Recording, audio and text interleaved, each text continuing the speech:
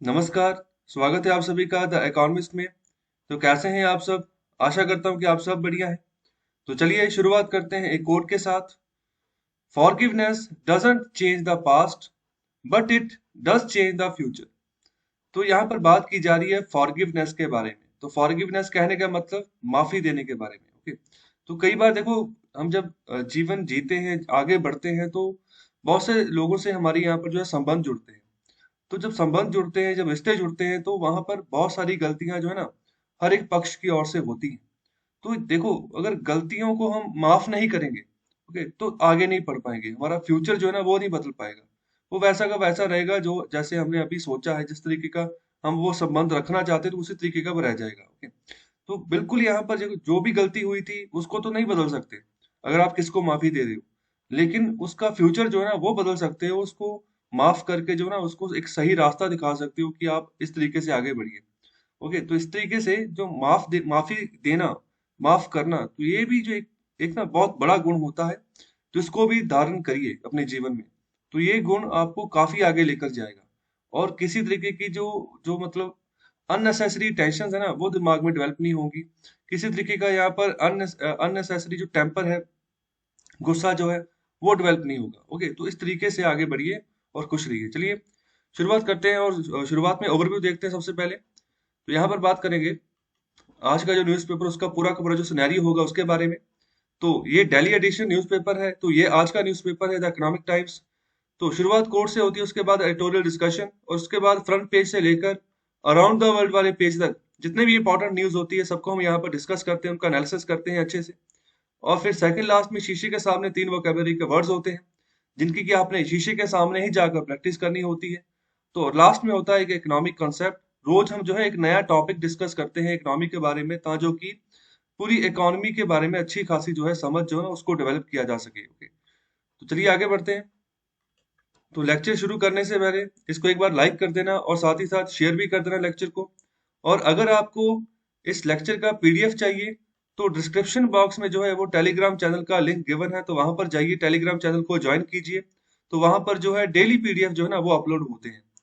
और इसके अलावा अगर किसी बच्चे को नोटिफिकेशन नहीं आ रहा है ना इस एनालिसिस का, ये बच्चे क्वेश्चन मुझे कर रहे हैं कि क्या ये डेली आता है। तो ये डेली एनालिसिस है, डेली यहाँ पर जो है ना अपलोड होता है। तो अभी अगर किसी को नोटिफिकेशन नहीं आता, जो बेल आइकन दबाने के बाद भी, तो इस तरीके से जो है ना अप्रोच कर सकता है लेक्चर को। तो सिंपल, जैसे ये जैसे वीडियो है, तो वहां पर इकोनॉमिक्स वाला यहाँ पर टैब है, तो इसको क्लिक करें। तो यहाँ पर वीडियोस वाले यहाँ पर टैब पर जाएं। तो जब वीडियोस वाले टैब पर जाओगे, तो जब जो सबसे पहली वीडियो पड़ी होगी, वहां पर डेट पड़ी होगी, वो लेटेस्ट वीडियो होगी। ओके। और यहाँ पर 9 बजे का, 9:15 का टाइम रहता है। यहाँ पर कई बार लेट हो जाता है, 9:30 तक मैक्सिमम। ओके। लेकिन मेजोरिटी जो है ना, वो 9 बजे तक की टाइम जो है रहेगा इसका। तो चलिए शुरुआत करते हैं एडिटोरियल डिस्कशन के साथ। तो फर्स्ट एडिटोरियल जो है उसको डिस्कस करते हैं।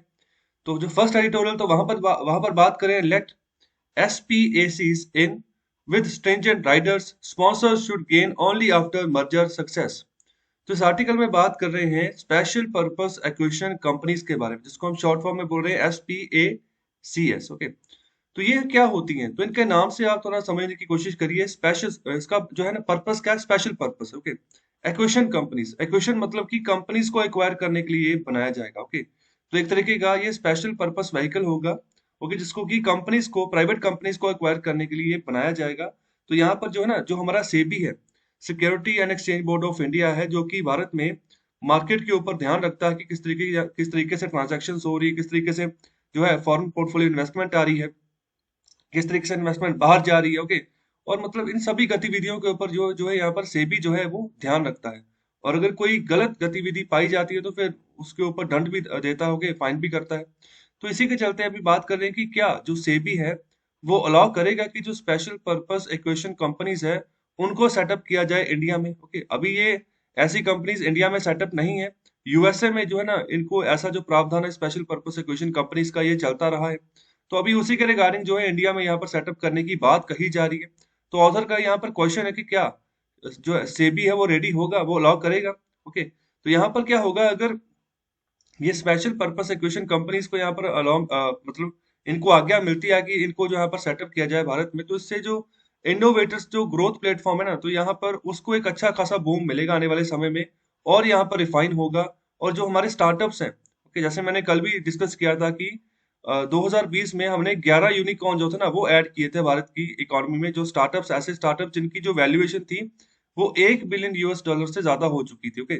जिनकी भी वैल्यूएशन 1 बिलियन यूएस डॉलर से ज्यादा हो जाए उनको हम यूनिकॉर्न कंपनीज बोलते हैं, ओके। और जिनकी 100 बिलियन यूएस डॉलर से ज्यादा हो जाए उनको हम सुपर यूनिकॉर्न बोलते हैं। तो बिल्कुल उसी तरीके से हम चाह रहे हैं कि और भी बहुत सारे स्टार्टअप्स भारत में शुरू हो रहे हैं, ओके। तो बहुत सारे स्टार्टअप्स ऐसे भी होते हैं जो कुछ ही समय बाद जो है ना खत्म भी हो जाते हैं, ओके। जैसे मैं यहाँ पर एग्जांपल लूंगा, एक मैसेजिंग ऐप आई थी जब व्हाट्सएप नया नया आया था, उस समय उसका नाम था हाइक, ओके, HIKE। तो वो भारत की ही ऐप थी हाइक। तो उसका भी जो स्टार्टअप था ना, उसका जो कैपिटल था, जो उसकी वैल्यूएशन थी वो 12,000 करोड़ तक गई थी, ओके। लेकिन बाद में वो सारा फंड निकल गया क्योंकि वो कंपनी अच्छे से आगे चल नहीं पाई। जितने फंडिंग आगे चाहिए, आगे आने वाले समय में उसको चाहिए थी, वो बन नहीं पाई, ओके। तो इसी तरीके को ना, इसी चीज को सही करने के लिए यहाँ पर बात की जा रही है स्पेशल पर्पस एक्विजिशन कंपनीज की। और अभी बात करते हैं कि ये स्पेशल पर्पस एक्विजिशन कंपनीज जो है ये है क्या, ओके, इसका मतलब क्या है, ओके। तो देखो, ये जो स्पेशल पर्पस एक्विजिशन कंपनीज है ना, ये कंपनीज ना एक तरह की शेल कंपनीज होती हैं, ओके। तो शेल कंपनीज कहने का मतलब ऐसी कंपनीज कि जिनका ना तो कोई ऑफिस है, ओके, और ना ही यहाँ पर कोई एम्प्लॉय है, लेकिन कागजों के ऊपर ये कंपनी जो है ना रजिस्टर्ड है, और यहाँ पर इसका बैंक अकाउंट भी है, तो इन्वेस्टमेंट भी यहाँ पर जो है आ रही है इस कंपनी में, ओके। लेकिन फिजिकली अगर फॉर्म में हम बात करें ना, तो ये कंपनी एग्जिस्ट नहीं करती है, ओके। तो ऐसी कंपनीज को हम बोलते हैं शेल कंपनीज, ओके। तो ये जो SPAC है ना, तो वो भी एक तरह की शेल कंपनीज होती हैं जिनका कोई जो कमर्शियल ऑपरेशंस होते हैं उसका भी कोई ट्रैक रिकॉर्ड नहीं होता है, ओके। तो ऐसे ही कंपनीज को यहाँ पर बनाया जाता है, ऐसे स्पेशल पर्पस एक्विजिशन कंपनीज को बनाया जाता है सिर्फ और सिर्फ जो है ना IPO के थ्रू, मतलब इनिशियल पब्लिक ऑफरिंग जो होती है। तो इनिशियल पब्लिक ऑफरिंग क्या होती है कि कोई भी कंपनी मार्केट में जाती है, IPO अपना उठाती है, डेटा इंस्ट्रूमेंट इश्यू करती है, तो बोलती है इन्वेस्टर्स को कि इसमें पैसे इन्वेस्ट करो। लेकिन जब इसमें जो SPACs में जब पैसे इन्वेस्ट करवाए जाएंगे ना IPO के थ्रू, तो यहाँ पर एक्वायर करने के लिए, किसको एक्वायर करने के लिए, किसी भी प्राइवेट कंपनी को एक्वायर करने के लिए, ओके। तो यहाँ पर अगर किसी प्राइवेट कंपनी को एक्वायर करना है तो कोई भी कंपनी जो है ना ऐसी एक शेल कंपनी बना देगी जिसको यहाँ पर हम बोलेंगे स्पेशल पर्पस एक्विजिशन कंपनी। और फिर IPO के थ्रू पैसा जो है जुटाया जाएगा इन्वेस्टर से, और उसी पैसे से फिर जो है ना एक कंपनी, कोई भी कंपनी होगी, उसको अक्वायर किया जाएगा, कोई भी प्राइवेट कंपनी उसको अक्वायर किया जाएगा। तो इसके चलते हम बनाते हैं special purpose acquisition companies, okay. तो ये अमेरिका में इसका रुझान काफी रहा है, तो अभी भारत में इसका रुझान सेटअप करने की बात कर रहे हैं। क्यों कर रहे हैं, मैंने हाल ही में आपको अच्छे से बताया है। जैसे मैंने हाइक की एग्जांपल ली थी कि स्टार्टअप फेल हो जाते हैं कई। क्यों फेल हो जाते हैं कि पैसे की कमी हो जाती है। जब पैसे की कमी हो जाती है तो फिर अगर एडवर्टीजमेंट करनी है तो वो वहां पर पैसा नहीं होगा। जब तक एडवर्टीजमेंट अच्छे से नहीं होगी ना स्टार्टअप की, तो अच्छे तरीके से वो अपना जो बेस है वो नहीं बना पाएंगे, जो उनके सब्सक्राइबर्स जो है वो नहीं अपने बढ़ा पाएंगे, ओके। तो ये सब चीजें जरूरी रहती हैं किसी भी कंपनी को, किसी भी स्टार्टअप को ग्रो करने में। और इसी के चलते आगे बात करें कि ये शायद एक तरीके की यहाँ पर एडवांटेज होगी जो हम अपनी कंपनीज को देंगे, इन्वेस्टर्स को देंगे, कि अपना जो कैपिटल है ना, और ज्यादा कैपिटल यहाँ पर जो जुटा पाए कंपनीज, और ज्यादा जो रिटर्न है ना वो जुटा पाए इन्वेस्टर्स, ओके। इन्वेस्टर्स को भी फायदा हो, और हमारी जो कंपनीज है, जो हमारे स्टार्टअप्स हैं, उनको भी फायदा हो। और उनके सामने यहाँ पर जो ना एक नया आइडिया जो वो आ जाएगी, किस तरीके से हम जो है पैसा जुटा सकते हैं मार्केट से, ओके। और ऐसे की यहाँ पर सिनेरियो के चलते यहाँ पर जो ना वैल्यू बढ़ेगी किसी भी कंपनी की, जल्दी बढ़ेगी वैल्यू। अगर वैल्यू जल्दी जल्दी बढ़ती है, ओके, जैसे मैंने यूनिकॉर्न की एग्जांपल ली, तो यहाँ पर ऐसे और भी बहुत सारे यूनिकॉर्न जो है ना हम एक साल में ऐड कर सकते हैं, ओके। तो मुझे ना किन्हीं 2-3 यूनिकॉर्न्स की यहाँ पर एग्जांपल नाम बताइए कि जो यहाँ पर जिनकी वैल्यूएशन 1 बिलियन यूएस डॉलर से ज्यादा हो चुकी है, ओके। मैंने कल एक नाम लिया था अन अकेडमी, उसके अलावा 10 और भी हैं, तो उनमें से 10 में से कोई 2 के नाम यहाँ पर कमेंट बॉक्स में बताइए, ओके। तो यहाँ पर जो है ना वैल्यू भी बढ़ेगी, ग्रोथ भी बढ़ेगी स्टार्टअप्स की।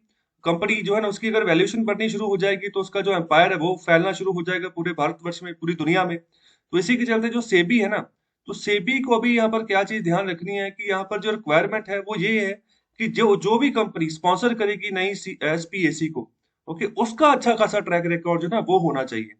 देखो, SPAC का तो कोई यहाँ पर कमर्शियल कोऑपरेशन होगा ही नहीं, ओके। तो वो तो सिर्फ जो है ना स्पेशल पर्पस के लिए ही बनाई जाएगी। लेकिन जो कंपनी इसको बनाएगी, जो कंपनी इसको यूज करके पैसा जुटाएगी, उस कंपनी का यहाँ पर जो है ना डिसेंट ट्रैक रिकॉर्ड होना चाहिए, उसके बारे में यहाँ पर बात करी गई है।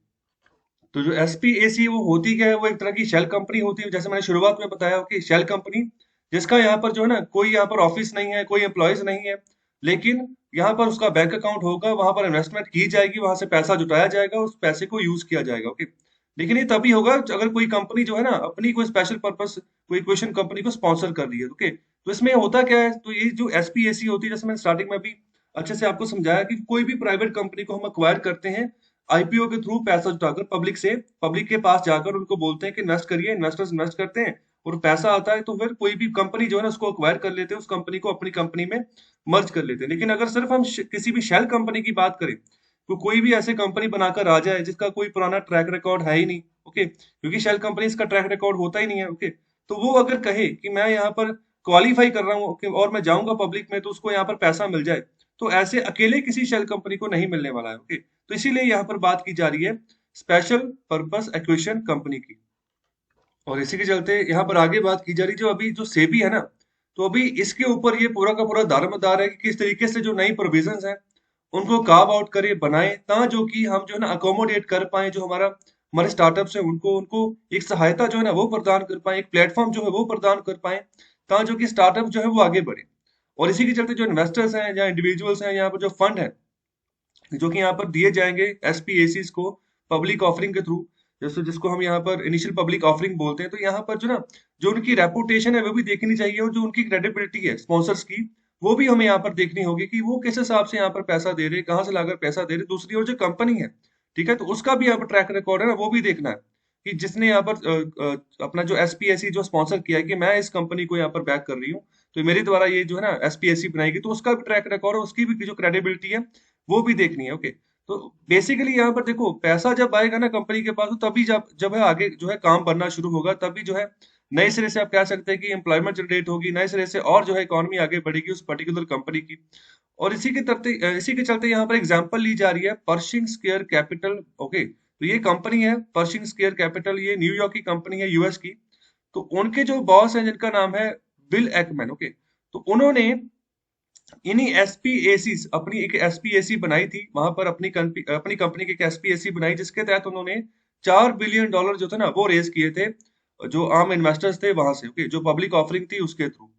तो इसी के चलते यहाँ पे बात की जा रही है कि जो भरोसा है ना वो नहीं टूटना चाहिए इन्वेस्टर्स का कंपनी के प्रति। तो वहां पर अगर आपने मनी रेज की है तो आपने भरोसा जो है उसको कायम रखना है, इंटरेस्ट जो है ना इन्वेस्टर्स का, ठीक है, उसको भी यहाँ पर बनाए रखना है। और साथ ही साथ यहाँ पर बात कर रहे हैं कि जो स्पॉन्सर है, ओके, जैसे फॉर एग्जांपल जिसने कंपनी एसपीएससी जिसने खोली है अपनी, जैसे यहाँ पर जो ये बिल एकमैन है, तो यहाँ पर उन्होंने स्पॉन्सर की अपनी एसपीएससी, ओके, जिनकी कंपनी का क्या नाम था, पर्शिंग स्क्वायर कैपिटल। तो बिल्कुल इसके जैसे जो और भी स्पॉन्सर होंगे यहाँ पर, उनको पता होना चाहिए कि उनकी इक्वेशन टारगेट क्या है, कितनी बड़ी कंपनी को उन्होंने यहाँ पर एक्वायर करना है, क्या उसकी वैल्यू होगी, किस हिसाब से आपने पैसा जुटाना है, ओके। तो यहाँ पर इस टारगेट को 2 सालों के भीतर जो है ना आपको खत्म खत्म करना है, कंप्लीट करना है, आपने उसको जो है बाय कर लेना है, ओके। और दूसरी जो कंपनी आप जहाँ पर जो जो भी खरीदना चाहते हो उसको आपने मर्ज कर लेना है अपनी बड़ी कंपनी में। और अगर ऐसा नहीं हो पाता है तो फिर यहाँ पर क्या किया जा सकता है, फिर जो इन्वेस्टर्स है ना उनको उनका पैसा लौटा दो और उनको ब्याज भी दो अच्छा खासा, जितनी देर तक आपने पैसा उनका अपने पास रखा था। और यहाँ पर देखो अगर प्राइवेट कंपनी जल्दी से, यहाँ पर कोई भी प्राइवेट कंपनी अगर जल्दी से मर्ज अपने में करवा ली जाती है, ओके, एसपीएसी के थ्रू, तो उससे जो है ना जो स्पॉन्सर होगा, ओके, जिसकी बड़ी कंपनी पहले ही थी, तो वो स्पॉन्सर को थोड़ा फायदा ज्यादा हो सकता है, ओके। तो मर्जिंग से ज्यादा यहाँ पर जो है ना कुछ एंटाइटी ऐसी भी आ सकती है जो उसको फॉर फ्री ऑफ कॉस्ट भी मिल सकती है, ओके, अगर जल्दी समय रहते अगर वो काम कर लेता है, ओके। तो इसी के चलते जो आखिर में आगे बात कर रहे हैं कि जो इन्वेस्टर्स होंगे एसपीएसी, ओके, उसमें हमें कैसे किस तरीके से हमें काम करना है कि जो इन्वेस्टर्स एसपीएसीज में इन्वेस्ट करेंगे ना, तो बिल्कुल इस तरीके से इन्वेस्ट वो करेंगे जैसे उनको लगेगा कि वो कंट्रीब्यूट करें किसी प्राइवेट इक्विटी में, जहां पर कोई जो वेंचर फंड है, तो वेंचर फंड देखो, वेंचर फंड से बनता है वेंचर कैपिटल। तो कोई भी स्टार्टअप जिनको यहाँ पर जो इनिशियली जो यहाँ पर बैकअप दिया जाता है, तो यहाँ पर हमेशा उसको हम वेंचर कैपिटल बोलते हैं। बिल्कुल इसी तरीके से जो इन्वेस्टर्स हैं वो वेंचर फंड के तौर पर भी जो है यहाँ पर स्टार्टअप्स को एक तरीके से जो है बैकअप दे सकते हैं। तो बिल्कुल उसी तरीके से वो अपने आप को समझ सकते हैं कि हम इस तरीके से यहाँ पर रोल अपना अदा कर रहे हैं। तो इसी के चलते यहाँ पर आने वाले समय में उनका जो अर्ली जो असेस है ना फ्यूचर में, जो फ्यूचर कॉर्पोरेट स्टार जैसे गूगल है, फेसबुक है, तो यहाँ पर और बढ़ेगा। तो यहाँ पर भी वो अच्छे खासे तरीके से जो है इन्वेस्ट कर सकते हैं आने वाले समय में, अगर इनके द्वारा कोई एसपीएसी बनाई जाती है। और जो स्टार्टअप्स होते हैं और जो उनके इन्वेस्टर्स होते हैं तो उनको यहाँ पर अच्छा खासा एसेस जो है मिल जाता है पब्लिक फंड्स का। अगर उनके पास अगर कोई अच्छी ऑप्शन निकल कर आती है, तो अगर अच्छी ऑप्शन इनके पास निकल कर आएगी तो दोनों का फायदा होगा, स्टार्टअप्स का भी और इन्वेस्टर्स का भी। और आखिर में यहाँ पर बात करें कि जो सेबी है उसको अभी यहाँ पर क्या करना चाहिए, उसको यहाँ पर ये कोशिश करनी होगी कि जो आईपीओ है, इनिशियल पब्लिक ऑफरिंग है, उसको यहाँ पर कम से कम कॉस्टली बनाना है। ओके, ताकि कि कोई भी कंपनी जब पैसा जुटाए, ओके, तो उस कंपनी को, उस स्पॉन्सर को थोड़ा बहुत फायदा यहाँ पर देखने को मिले। ओके, रिटर्न भी उसने यहाँ पर इन्वेस्टर को करनी है।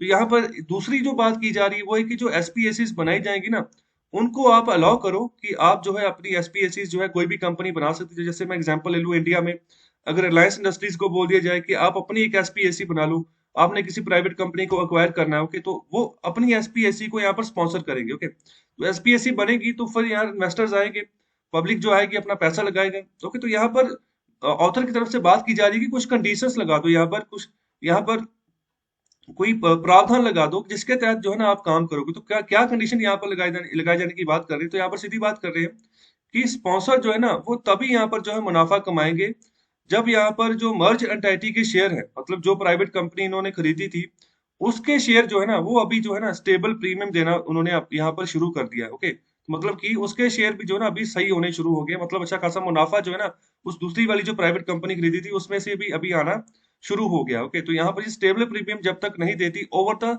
एसपीएसीज इशू प्राइस। तो ये एसपीएसीज इशू प्राइस कौन से है, जो यहाँ पर जो एसपीएसीज की जब शेयर यहाँ पर इशू किए गए थे मार्केट में इन्वेस्टर्स को कि आप यहाँ पर शेयर खरीदिए, पैसा इन्वेस्ट करिए, तो वो जो स्टार्टिंग का जो इशू प्राइस होगा, जो स्टार्टिंग का जो शेयर्स का प्राइस होगा, तो उसको हम यहाँ पर जो है इशू प्राइस बोलेंगे। ओके, तो इशू प्राइस के मुकाबले में जो हमने यहाँ पर एंटाइटी खरीदनी है उसके शेयर्स में अभी जो है ना अभी उछाल आना चाहिए, स्टेबल प्रीमियम यहाँ पर आना चाहिए, तभी जाकर जो है आप जो है गेन जो है कर सकते हो, मुनाफा कमा सकते हो। तो ये एक कंडीशन लगाने की बात कर रहे हैं ऑथर। ओके, किसके ऊपर, जो स्पॉन्सर्स होंगे एसपीएसीज के, उनके ऊपर। और दूसरी ओर यहाँ पर बात कर रहे हैं कि आईपीओ को भी लेस कॉस्टली बनाया जाए, अपने जो प्रावधान है ना उनको इस तरीके से रखें। तो ये था पूरा आर्टिकल जहां पर एक नए यहाँ पर स्पेशल पर्पस व्हीकल की यहाँ पर बात की जा रही है कि जिसको इंट्रोड्यूस किया जाए भारत में, जो कि जो हमारे स्टार्टअप्स हैं उनको यहाँ पर फंडिंग की कमी ना आए, और वो अगर स्टार्टअप को शुरू होता है ना, वो कुछ सालों बाद वो खत्म ना हो जाए। ओके, वो यहाँ पर मेंटेन करे और आगे बढ़ता रहे। तो चलिए अभी डिस्कस करते हैं सेकंड आर्टिकल। तो यहाँ पर बात करें क्वाड ग्रुप के बारे में। Quad, not Pentagon for Indo Pacific. So देखो अभी जो है ना पहली मीटिंग होने जा रही है क्वाड ग्रुप की। तो यहाँ पर इसको क्वाड्रिलेटरल भी हम बोलते हैं, क्वाड्रिलेटरल सिक्योरिटी डायलॉग भी इसको हम बोलते हैं। तो अभी ये 4 मुल्कों का संग्रह होगा जो कि जिनकी अभी फर्स्ट समिट होगी शुक्रवार को, जिसको कि जो चेयर करेंगे वो करेंगे जो यूएस के राष्ट्रपति हैं, जो बाइडेन। ओके, तो यहाँ पर बात करें कि ये क्वाड जो है ना कि एक पेंटागन नहीं है। तो पेंटागन क्या है? पेंटागन जो है ना यहाँ पर जो यूएस का यहाँ पर जो डिफेंस का डिपार्टमेंट का जो बिल्डिंग है ना, जो हेडक्वार्टर है, तो उसको यहाँ पर जो पेंटागन कहा जाता है। ओके, तो ये कहा जा रहा है कि क्वाड अलग चीज है। तो यूएस मतलब सीधे सीधे अगर हम ये कह लें कि क्वाड को अपने तरीके से यहाँ पर यूज करें तो वो यहाँ पर मुमकिन नहीं है। तो स्टार्टिंग में यहाँ पर बात की जा रही है कि जो लीडर्स है, जब अभी समिट होगी शुक्रवार को, तो अभी क्वाड्रिलेटरल सिक्योरिटी डायलॉग होगा, जिसको हम क्वाड भी बोलते हैं। तो पहली मीटिंग होगी। ओके, तो यहाँ पर जो बाइडेन जो है अभी उन्होंने पहली बार वो राष्ट्रपति बने, अभी कुछ ही महीने हुए हैं, तो उसके बाद उन्होंने ये बात कही थी कि यहाँ पर जो इंडो पैसिफिक रीजन है ना उसकी कितनी ज्यादा इंपॉर्टेंस है। तो इंडो पैसिफिक रीजन जैसे पूरा का पूरा इंडियन ओशन हो गया और जो यहाँ पर पैसिफिक ओशन हो गया। ओके, तो इस पूरे रीजन को हम यहाँ पर इंडो पैसिफिक कह के चलते हैं। तो इसमें बहुत सारे मुल्क आते हैं। ओके, बहुत सारे साउथ एशियन कंट्रीज आती हैं, ऑस्ट्रेलिया का पूरा यहाँ पर महाद्वीप आता है, न्यूजीलैंड आता है, जापान आता है, चाइना आता है। ओके, जो हमारी जो 10 एशियन कंट्रीज है वो आते हैं। तो देखो चाइना की दादागिरी इस इंडो पैसिफिक में ना हो। ओके, जैसे उसकी साउथ चाइना सी में दादागिरी है। ओके, साउथ चाइना सी के आसपास जितने भी कंट्रीज हैं उनको वो धमका कर रखता है। ओके, बहुत सारी यहाँ पर टेरिटरीज ऐसी हैं जिसके ऊपर कहता है कि मेरा कब्जा है, ठीक है, तो आप अपना कब्जा छोड़ दो। ओके, तो इस तरीके से वो जो है ना वहां पर भी बॉर्डर डिस्प्यूट बनाकर रखता है, जैसे भारत के साथ रखता है। ओके, और बिल्कुल इस तरीके से ना कोई भी ये नहीं चाहता कि जो इंडो पैसिफिक का रीजन है, ओके, बाकी का रीजन है, तो वहां पर चाइना जो है ना ऐसा अपना कोई भी जो है अपनी दादागिरी दिखाए। अगर कोई भी यहाँ पर ट्रेड हो रहा है, ओके, शिप्स जा रहे हैं एक जगह से दूसरी जगह, तो चाइना अगर बीच में यहाँ पर किसी भी तरीके से अड़चन पैदा करे, तो इसी के चलते यहाँ पर इंपॉर्टेंस जो है ना जाहिर की गई कि इंडो पैसिफिक रीजन कितना इंपॉर्टेंट है। ओके, तो यहाँ पर बात करें जो क्वाड होगा, ये एक इनफॉर्मल स्ट्रेटेजिक फोरम है for US, Australia, India and Japan. तो ये 4 मुल्कों का संग्रह है। ओके, ये 4 मुल्क, इनका नाम याद रखिएगा। और इसके अलावा मेरा एक क्वेश्चन है कि इन चारों मुल्कों को ना, ये चारों मुल्क के इकट्ठे होके एक नेवल एक्सरसाइज भी करते हैं। उस नेवल एक्सरसाइज का क्या नाम है? तो ये जो एक्सरसाइज हुई थी ये शुरू हुई थी 1992 में, इंडिया और यूएस ने शुरू की थी। 2010 में जापान जुड़ गया आकर, और 2020 में लेटेस्टली जो है ना ऑस्ट्रेलिया ने भी इस नेवल एक्सरसाइज को ज्वाइन किया है। इस एक्सरसाइज का पर्टिकुलर एक नाम है, ओके, बहुत ही पॉपुलर नाम है। तो नवंबर महीने के आसपास हर साल ये होती है। तो एक तो मुझे ये बताइए कि इस एक्सरसाइज का नाम क्या है, और एक ये भी बताइए कि इस एक्सरसाइज का इस साल कौन सा वाला एडिशन होगा, ओके, कौन सा वाला एडिशन मतलब कौन से नंबर वाली ये एक्सरसाइज इस साल होगी, ओके।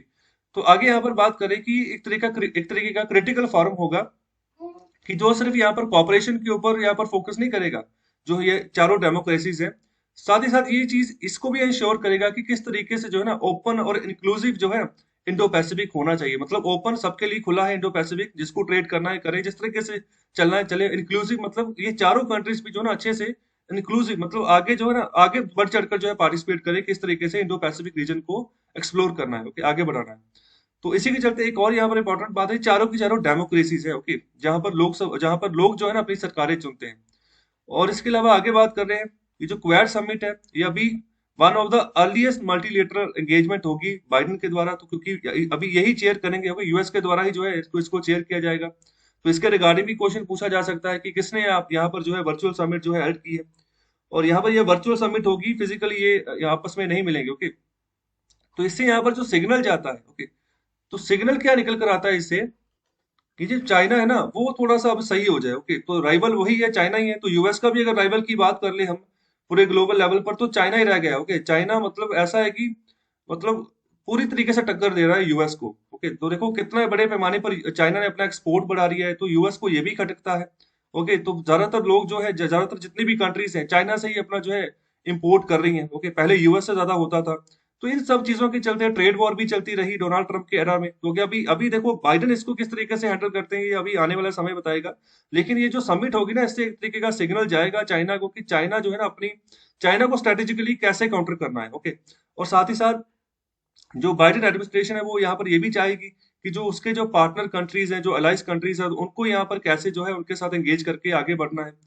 और आगे यहाँ पर बात कर रहे हैं कि यहाँ पर ये जो लीडर समिट होने जा रही है, अभी ये उस समय पर होने जा रही है जब यहाँ बीजिंग जो है ना अपनी मैरीटाइम जो यहाँ पर कैपेबिलिटी है उसको एक्सपैंड कर रहा है, ओके। तो अपना जो डिफेंस बजट है उसको भी बढ़ा रहा है बीजिंग, मतलब जो चाइना की कैपिटल, ओके। चाइना जो है ना अपना डिफेंस बजट भी बढ़ा रहा है, वो अपनी जो मैरीटाइम कैपेबिलिटी है उसको भी एक्सप्लोर कर रहा है, एक्सपैंड कर रहा है। तो इसी क्वार्टर की यहाँ पर अभी बात कर रहे हैं, ओके, इसी महीने की इसी क्वार्टर की इसी साल की यहाँ पर इस महीने की क्वार्टर की बात कर रहे हैं कि जहां पर यूएस जो है ना अभी वो भी यहाँ पर फोकस कर रहा है कि किस तरीके से सिग्निफिकेंटली जो है ना वो जो है पार्टिसिपेट कर सके यहाँ पर क्वाड ग्रुप में, अपने क्वाड मेंबर्स को इकट्ठे करके एंगेज करके काउंटर कर सके चाइना को। तो देखो चाइना की सरकार ने ना हाल ही में अपने यहाँ पर एक लॉ पास किया जिसका यहाँ पर नाम है coast guard, okay, coast guard security law. उसके चलते ऐसा है कि वो क्लेम कर रहा है कि जो जो भी टेरिटरीज मेरी है ना, जहां पर वो क्लेम करता है, सपोज करो वहां पर वियतनाम जो है ना वो अभी जो है उसको एडमिनिस्ट्रेट कर रहा है उस टेरिटरी को, लेकिन चाइना कह रहा है कि वो मेरी टेरिटरी है। तो वहां पर वो क्या कर रहे हैं कि ऐसी मतलब सिक्योरिटी अपनी बनाएंगे वहां पर, जो अपने नेवल या मैरीटाइम जो हमारे एरिया जो उनके शिप्स है ना उनकी यहाँ पर गश्त जो ना वो बढ़ा दी जाएगी।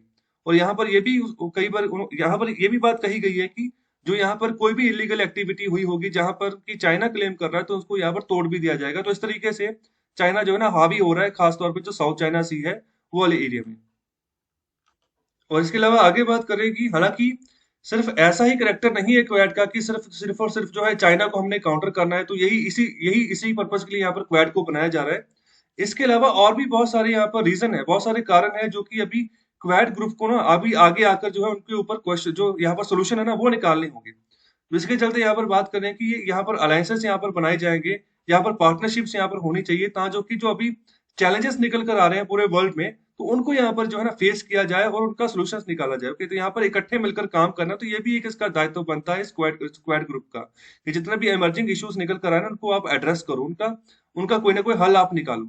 और इसी कंटेक्स्ट में बात करें कि कौन कौन से यहाँ पर इश्यूज निकल कर आ रहे हैं, कौन कौन से चैलेंजेस निकल कर आ रहे हैं, सबसे पहली बात यहाँ पर कर रहे हैं कि क्लाइमेट चेंज, ओके। जो यहाँ पर जलवायु जो है ना इसमें जो परिवर्तन आ रहा है और इसके जो इम्पैक्ट पड़ रहे हैं आम जनजाति पर, हमारे पूरे के पूरे यहाँ पर एनवायरनमेंट के ऊपर, इकोसिस्टम के ऊपर, तो उसके ऊपर हमें काम करना होगा। अभी यहाँ पर सभी मुल्कों को जो है ना अभी आगे आना होगा। तो क्वेड जो है ना ये क्वेड ग्रुप एक अच्छी भूमिका निभा सकता है आने वाले समय में, जो है ना यहाँ पर इंटरवीन कर सकता है जो बाकी की कंट्रीज है कि आप भी आगे आइए क्लाइमेट चेंज के मुद्दे के ऊपर।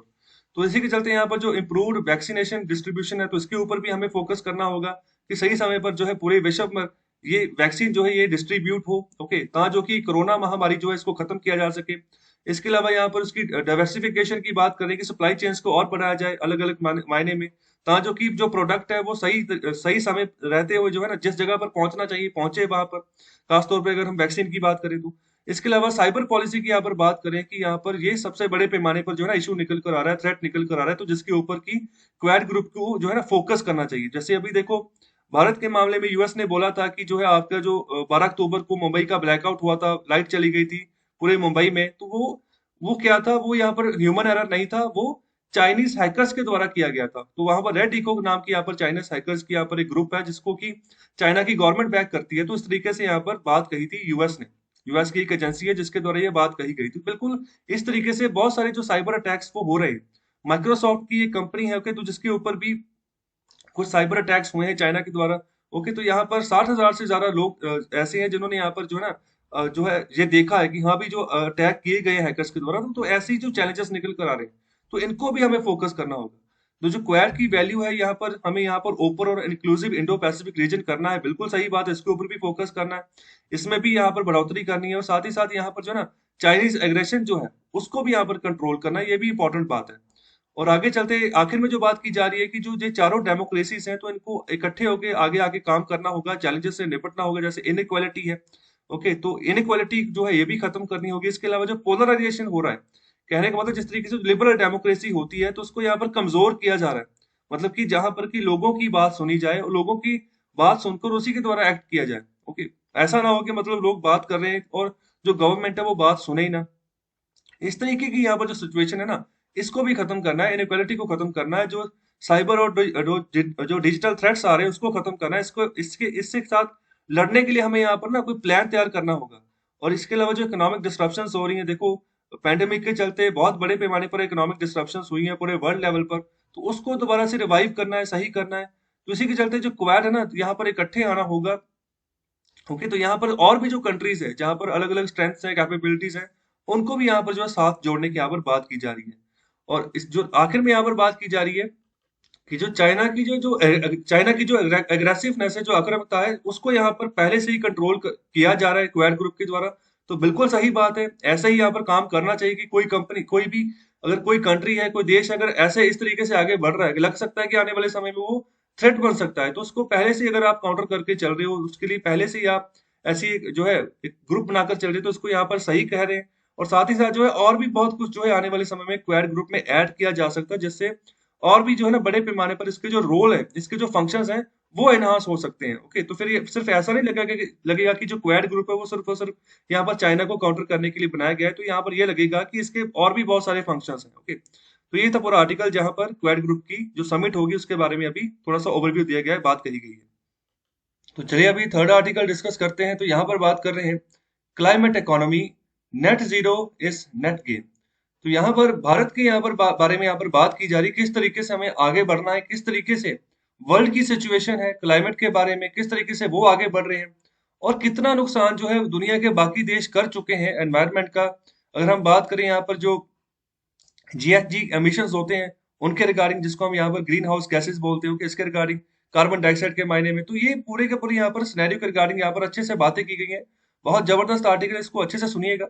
तो शुरुआत में यहाँ पर बात कर रहे हैं कि अभी देखो रिसेंटली उत्तराखंड में ग्लेशियर जो थे वो मेल्ट हुए, जिसके तहत जो एक वहां पर एक बांध बन रहा था, तो वहां पर पानी आ गया। ओके, तो बहुत सारे लोगों की यहाँ पर जानें चली गई, और कितने ही लोग थे जो कि लापता हो गए, जिनकी यहाँ पर पता ही नहीं चला कि वो कहाँ चले गए। ओके, उनकी मतलब बॉडीज वगैरह भी फाउंड नहीं हुई।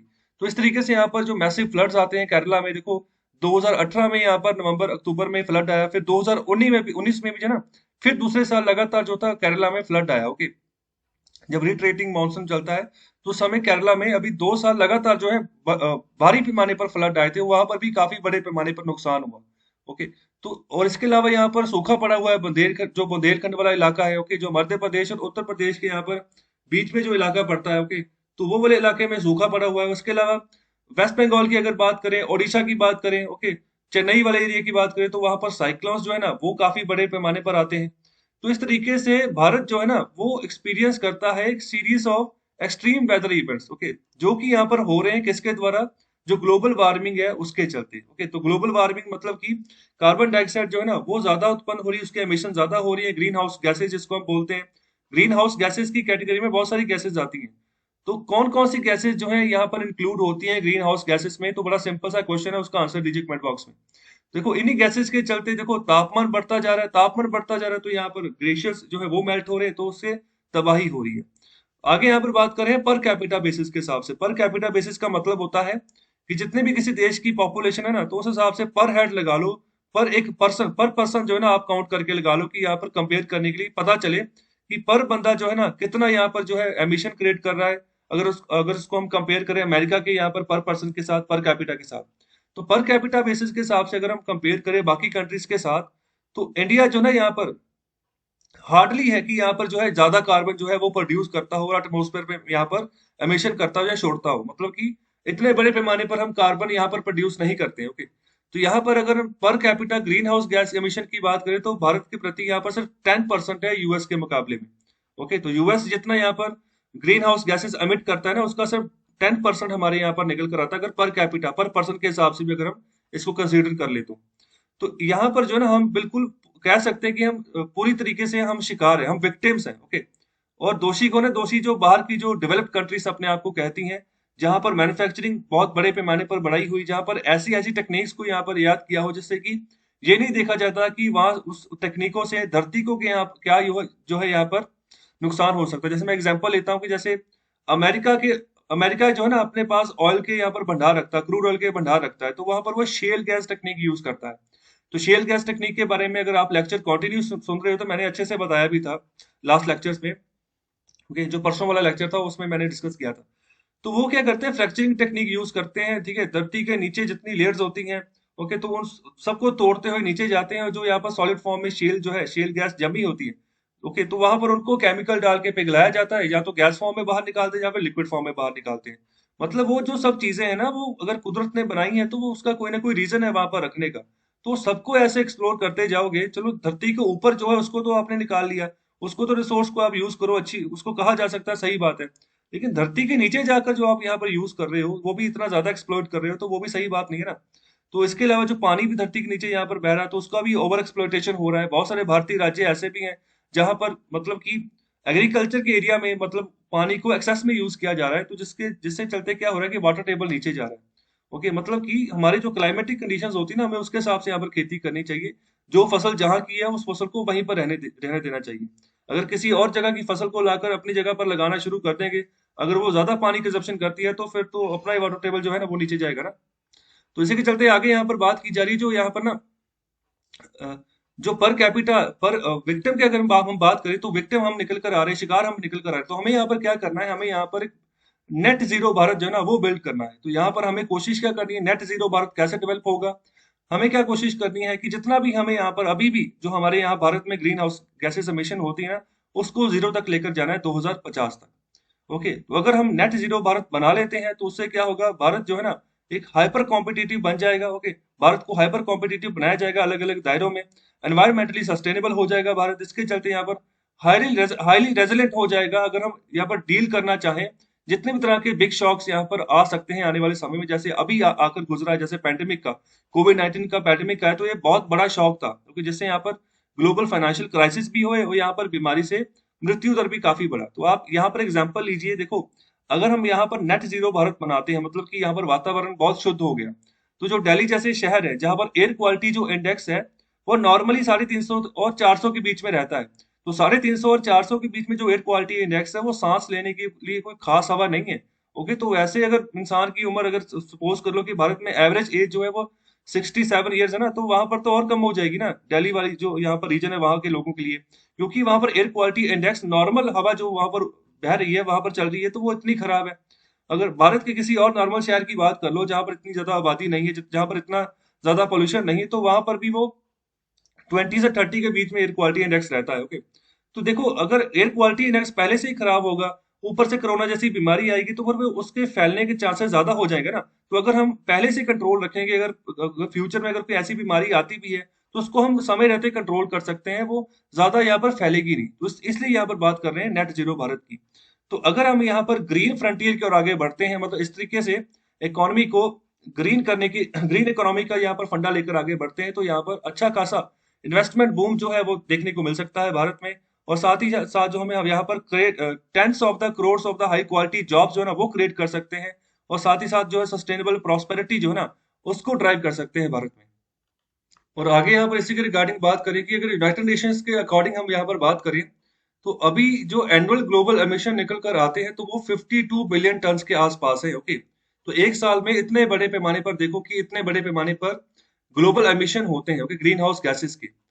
तो यहाँ पर अभी जो है ना लैंड यूज चेंजेस को अभी एक्सक्लूड किया गया है, उनको अभी इंक्लूड नहीं किया गया। अगर उनको भी इंक्लूड करोगे तो ये काफी बढ़ जाएगा। तो ये लैंड यूज चेंजेस क्या होते हैं, देखो जैसे पहले कोई एक जंगल था, ओके, तो जंगल को काट कर जो है ना उसको यहाँ पर पूरा साफ कर दिया गया, तो पहली बार तो उस समय यहाँ पर एमिशन बढ़ गया। ओके, तो यहाँ पर जो हमारे पेड़ थे तो वो बहुत बड़े पैमाने पर ऐसे यहाँ पर कार्बन कंटेंट को यहाँ पर जो थे अब्जॉर्ब कर लेते थे, लेकिन अभी वो जो यहाँ पर एज ए कार्बन सिंक वो यहाँ पर एक्ट कर रहे थे, तो हमने पेड़ ही काट दिए, तो वो कार्बन सिंक की जो एक्टिविटी थी वो भी चलेगी, जो कि यहाँ पर एडिशन करेगी यहाँ पर ग्रीन हाउस गैसेस में।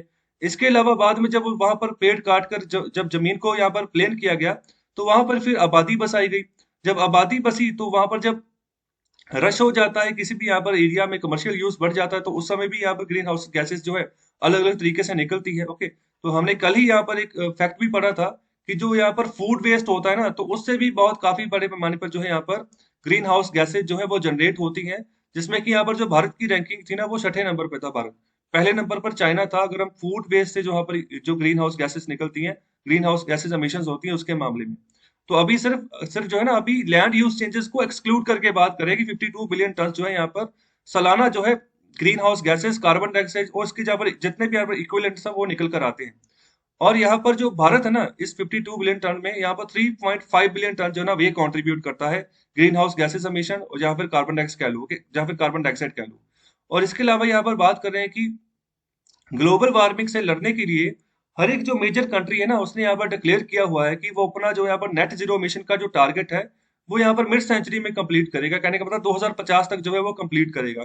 जैसे यहाँ पर हम बात करें, यहाँ पर 110 कंट्रीज की बात करें, जहाँ पर जापान की बात करें, साउथ कोरिया, ब्रिटेन, तो इन सब ने यहाँ पर कमिट किया है कि वो ना कार्बन न्यूट्रल होंगे सन 2050 तक। और अगर चाइना की बात करें, वो कह रहा है कि वो 2060 तक जो है नेट जीरो यहाँ पर जो है इसका टारगेट अचीव कर लेगा।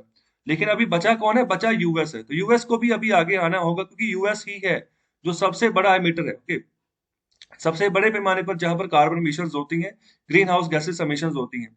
तो यहाँ पर जो है ना अभी कह सकते हैं कि अभी जो बाइडेन के एडमिनिस्ट्रेशन में इसमें थोड़ा चेंज देखने को मिलेगा, क्योंकि जब पेरिस क्लाइमेट चेंज एग्रीमेंट हुआ था ना सन 2016 में, 15-16 में, तो उस समय अमेरिका इन था। ओके, उस समय बराक ओबामा की सरकार थी, तो उन्होंने Paris climate change agreement sign किया था। तो उसके चलते यहाँ पर ये कहा गया था जितने भी डेवलपिंग कंट्रीज है ना तो उनको यहाँ पर फंड दिया जाएगा, तो उसके चलते $100 बिलियन का फंड जो था ना वो जुटाया जाएगा। लेकिन अभी देखो कितने साल हो गए, अब तक अभी तक वो $100 बिलियन का फंड ही नहीं जुटाया जा सका। तो उसका एक रीजन ये भी कह सकते हैं कि जो 2017 में डोनाल्ड ट्रंप की सरकार है, तो उन्होंने यहाँ पर सीधे मना कर दिया। उन्होंने यहाँ पर इस संधि को ही छोड़ दिया, इस एग्रीमेंट से ही वो बाहर आ गए कि यहाँ पर हम कोई सपोर्ट नहीं करेंगे इस क्लाइमेट चेंज एग्रीमेंट को, जिसको हम यहाँ पर पेरिस एग्रीमेंट भी हम कहते हैं।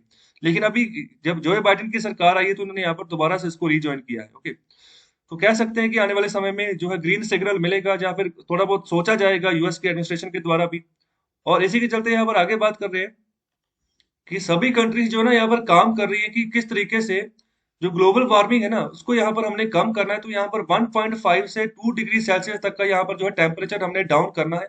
ओके, तो यहाँ पर सन 2100 तक की यहाँ पर बात करेंगे, तब तक इतने लेवल पर जो हम यहाँ पर टेम्परेचर को डाउन करेंगे। तो यहाँ पर जो यूएन एनवायरनमेंट प्रोग्राम यहाँ पर जो कह रहा है, ओके, उसकी रिपोर्ट यहाँ पर जो एस्टिमेशन आ रहा है वो कह रहा है कि 1.5 डिग्री सेल्सियस जो है ना ये सिनेरियो हमें चाहिए आने वाले समय में। इस पैमाने पर जो है ना हमने यहाँ पर हर साल टेम्परेचर को यहाँ पर घटाने की यहाँ पर कोशिश करनी है। तो इसी के चलते यहाँ पर जो है 2050 तक जो है हमें यहाँ पर 4 से 10 बिलियन टन तक का जो यहाँ पर कार्बन एमिशन है उनको हम कम कर सकते हैं, अगर हम यहाँ पर 1.5 डिग्री सेल्सियस का यहाँ पर तापमान रिड्यूस करते हुए आगे बढ़ते हैं तो। और अगर 2 डिग्री सेल्सियस का अगर सिनेरियो लेकर चलते हैं तो यहाँ पर हम जो है 18 से 22 बिलियन टन तक का जो है यहाँ पर कार्बन एमिशन है 2050 तक उसको खत्म कर सकते हैं। और बिल गेट्स भी अपनी यहाँ पर नई किताब में यहाँ पर लिख रहे हैं कि अगर हम चाह रहे हैं कि हमें एक क्लाइमेट डिजास्टर को आने वाले समय में अवॉइड करना है, तो हमें यहाँ पर जो है ना ग्लोबल एमिशंस को नीचे लेकर आना होगा, जीरो तक लेकर आना होगा बाय 2050। अगर ये ऐसा नहीं कर पाएंगे तो कोई ना कोई जो है ना मैसिव ग्लोबल क्राइसिस जो है ना वो फिर से आपको सामना करना पड़ेगा अगर ऐसी ही सिचुएशन चलती रही तो कोरोना जैसी बीमारियां फिर ना और भी आने आने वाले समय में फैल सकती हैं, बड़े पैमाने पर तबाही कर सकती हैं। तो लगता है फिर ही जब है ना, अगर देखो जब जब तक कोई ऐसा इम्पैक्ट नहीं पड़ता तब तक जो है ना अपने बारे में सोचा नहीं जाता। तो अभी कोरोना जैसी बीमारी आई है तो अभी थोड़ा सा सतर्क रहना चाहिए सबको, खासतौर पे सरकारों को। तो यहाँ पर जो है ना काम करना चाहिए इस क्षेत्र में। और आगे यहाँ पर बात करें कि जिस तरीके से पेरिस एग्रीमेंट हुआ था, वहां पर जो कमिटमेंट्स की गई थी सभी मुल्कों के द्वारा, जिन जिन मुल्कों ने यहाँ पर पार्टिसिपेट किया था, इस एग्रीमेंट को साइन किया था, तो वहां पर इंडिया ने जो यहाँ पर कहा था, जो कमिटमेंट की थी इंडिया ने, कहा था कि अपनी जो कार्बन इंटेंसिटी है ना, तो उसको वो रिड्यूस करेंगे 33 to 35% relative to 2005 levels. Okay, मतलब कि 2005 में जो यहाँ पर कार्बन का लेवल था ना, उसका 33 से 35% जो है वो कम करेंगे 2050 तक। ओके, तो यहाँ पर जो कार्बन इंटेंसिटी है, तो यहाँ पर इसको कहा गया है emissions per unit of GDP, मतलब कि जीडीपी के यहाँ पर जितने भी पर प्रोडक्ट के हिसाब से अगर हम बात करें, तो उस हिसाब से जितनी एमिशन होती है किसी भी इकोनॉमी में, तो उसका 33 से 35% जो है ना, उसको हम यहाँ पर रिड्यूस करेंगे। ओके, जितने बड़े पैमाने पर जो है हम रिडक्शन करेंगे। लेकिन यहाँ पर बात की जा रही है कि जो टारगेट है ना, वो ऑलरेडी अचीव कर दिया जा चुका है भारत सरकार के द्वारा। ओके, इस क्षेत्र में जहां पर बात की जा रही है कि 33 से 35% तक जो है यहाँ पर 2005 के जो लेवल था कार्बन इंटेंसिटी का, उसको हम कम करेंगे 2050 तक। तो उस टारगेट को अभी अचीव कर लिया जा चुका है। हालांकि अगर हम एवरेज जीडीपी ग्रोथ की बात करें, तो यहाँ पर 2020 से लेकर 2050 तक वो 5% के हिसाब से ही बढ़ेगा। यहाँ पर एवरेज यहाँ पर बात की जा रही है।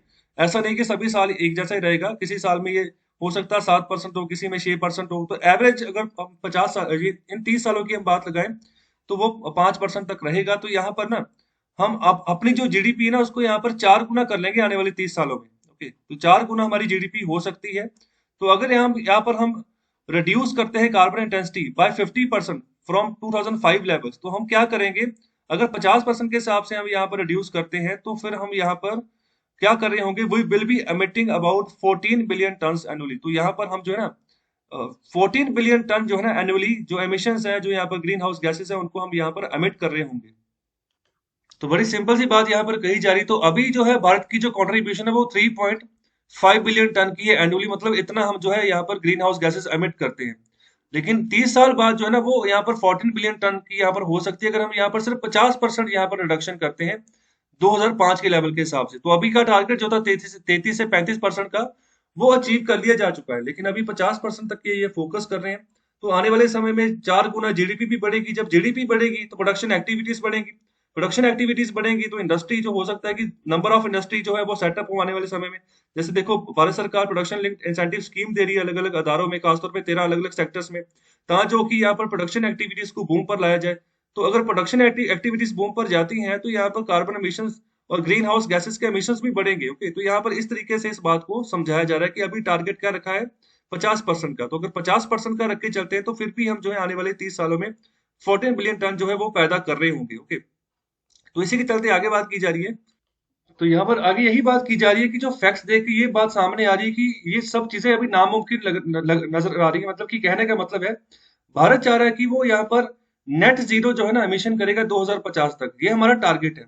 लेकिन जो सिचुएशंस है ना जो सामने, उस हिसाब से ये नामुमकिन लग रहा है। ओके, जैसे अभी हमने पढ़ा है कि 14 बिलियन टन तक जो है एनुअली हम जो है आने वाले समय में 30 सालों में एमिशन कर रहे होंगे। तो यहाँ पर इसी के चलते बात कर रहे हैं कि यहाँ पर अगर क्लाइमेट डिजास्टर को अवॉइड करना है ना, तो उसके चलते भारत को बहुत अहम किरदार जो है अपना यहाँ पर अदा करना होगा।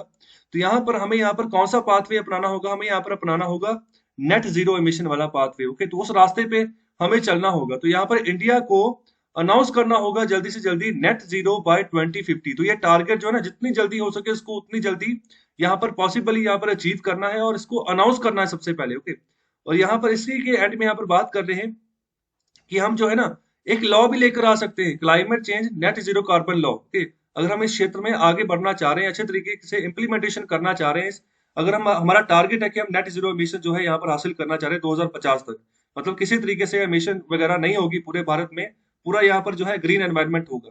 तो उसके लिए एक लॉ भी जो है लाकर लाकर जो है आया जा सकता है, जिसमें यहाँ पर जो है एक फ्रेमवर्क जो है प्रोवाइड किया जाए, जहां पर जो है इंडिया जो है डेवलप करे, इंप्लीमेंट करे clear and stable policies. Okay, and वही जो पॉलिसीज हैं वो अलाउ करें इंडिया को कि प्रिपेयर करें आगे आने वाले समय के लिए, अडेप्ट करें जो नई टेक्नोलॉजीज है उनको, और यहाँ पर जितने भी तरीके के इफेक्ट निकल कर आते हैं क्लाइमेट चेंज में, उनके बारे में सोचे, उनके बारे में नए सोल्यूशन जो है ना वो निकाल कर आगे लेकर आए जाए। और इसके अलावा बात कर रहे हैं कि हम जो है ना अलग से एक क्लाइमेट चेंज कमीशन जो है ना वो भी कॉन्स्टिट्यूट कर सकते हैं, मतलब वो भी कमीशन भी बना सकते हैं। जैसे अलग अलग तरह के कमीशन जैसे बनते हैं भारत में, जैसे हम बात कर लेते हैं शेड्यूल ट्राइब्स के लिए यहाँ पर कमीशन बना हुआ है, national commission for schedule caste schedule tribe, बिल्कुल इसके जैसे क्लाइमेट चेंज के लिए भी एक कमीशन बना लो, जिसका नाम हो क्लाइमेट चेंज कमीशन, जो कि independent advice the government of India को किस तरीके से जो है ना क्लाइमेट चेंज को सही कर सकते हैं। ओके, तो यहाँ पर रिव्यू करे वो अलग अलग एरियाज में जहां जहां पर भी जो है चेंज आ रहा है वातावरण में, तो वहां पर रिव्यू करे, अपनी प्रोग्रेस यहाँ पर जो है ना वो दर्शाए।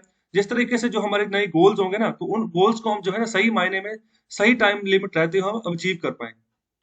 और इसके अलावा यहाँ पर बात की जा रही है जो लॉ बनाया जाएगा, तो यहाँ पर वो एक टारगेट रखे, एक एमिशन बजट जो है ना उसको यहाँ पर सेट करने की बात करें। जैसे देखो रेलवे बजट होता था, तो रेलवे बजट का क्या काम है कि रेलवे के लिए यहाँ पर फंडिंग देनी है, वहां पर जो इंफ्रास्ट्रक्चर खड़ा करना है, वहां पर सुविधाएं जो है वो प्रदान करनी है। बिल्कुल इसी तरीके से एक अलग से बजट यहाँ पर बनाने की बात करें, एमिशन बजट। ओके, जो कि यहाँ पर अलाउ करे इस बजट के पैसे को यहाँ पर यूज किया जाए डोमेस्टिकली, या फिर कुछ ऐसे एरियाज जहां पर जो है ज्यादा अफेक्ट हुआ है क्लाइमेट चेंज है, तो उन एरियाज में जो है ना अच्छे तरीके से जो है वहां पर पैसा लगाया जाए और वहां पर ऐसा सिनेरियो ऐसा ढांचा तैयार किया जाए ताकि जो कि आने वाले समय में अच्छा इकोसिस्टम जो है ना उस एरिया में डेवलप हो जाए। ओके, तो यहाँ पर आगे जो बात की जा रही है कि यहाँ पर जो national climate change risk assessments हैं जो भारत की इकोनॉमी के, ओके, जहां जहां पर लग रहा है कि इन इन एरियाज में जो है रिस्क निकल कर आ सकते हैं क्लाइमेट चेंज के रिगार्डिंग, तो यहाँ पर जैसे फॉर एग्जाम्पल बात कर रहे हैं सोसाइटी की, एनवायरमेंट की बात कर रहे हैं, इकोलॉजी की यहाँ पर बात कर रहे हैं, तो यहाँ पर करंट और जो फ्यूचर इफेक्ट्स निकल कर आ सकते हैं क्लाइमेट चेंज के, तो उनको भी जो है ना यहाँ पर उनका भी असेसमेंट किया जा सकता है, उनके बारे में भी यहाँ पर जो है पैसा दिया जा सकता है, जो हम यहाँ पर एमिशन बजट बनाएंगे उसके तहत। ओके, और फाइनली यहाँ पर बात कर रहे हैं कि लॉ जो है ना यहाँ पर इसको इंश्योर करना होगा कि किस तरीके से हम यहाँ पर प्रिपेयर करें अपना जो नेशनल अडेप्टेशन प्लान है उसको, ता जो कि यहाँ पर आउटलाइन कर सके जो भी यहाँ पर गवर्नमेंट ऑफ इंडिया के पॉलिसी रिस्पॉन्सेज हैं क्लाइमेट चेंज के ऊपर उसको। ओके, ता जो कि ये चीज क्लियर हो जाए कि कौन सी पॉलिसी बनाई भारत सरकार ने यहाँ पर क्लाइमेट चेंज को टैकल करने के लिए और कैसे वो इम्प्लीमेंट हुई, कितना पैसा गया, तो ये सारी चीजें जो है हमारे पास क्लियर हो जाए और गवर्नमेंट ऑफ इंडिया जो है ना वो प्रिपेयर करे अपने आप को। तो ये जो लॉ बनेगा ना इन सब चीजों को उसको इंश्योर करना होगा, ओके, लॉ को।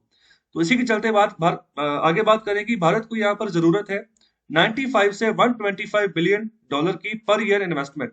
ओके, तो यहाँ पर अगर हम चाह रहे हैं कि नेट जीरो इमिशन 2050 तक का टारगेट अचीव करना है, तो हर साल कम से कम इतनी इन्वेस्टमेंट चाहिए। तो ये पैसा कहाँ लगाया जाएगा? तो ऐसा पैसा लगेगा खासतौर पे ईवी व्हीकल्स के ऊपर, ओके, या ईवी बैटरीज के ऊपर। और इसी के चलते और भी जो प्रावधान होंगे जहां पर हम अपनी इंडस्ट्री को यहाँ पर कन्वेंशनल मेथड से नए मॉडर्न मेथड में कन्वर्ट कर रहे होंगे, ताकि जो कि एनवायरनमेंट और हमारे इकोसिस्टम को कम इम्पैक्ट पड़े। देखो जितने बड़े पैमाने पर ईवी व्हीकल चलेंगे, देखो जो खास तौर पे शहर होते हैं ना, तो वहां पर जितना ज्यादा पोल्यूशन होता है उसका जो कारण होता है वो वहां के व्हीकल्स ही होते हैं।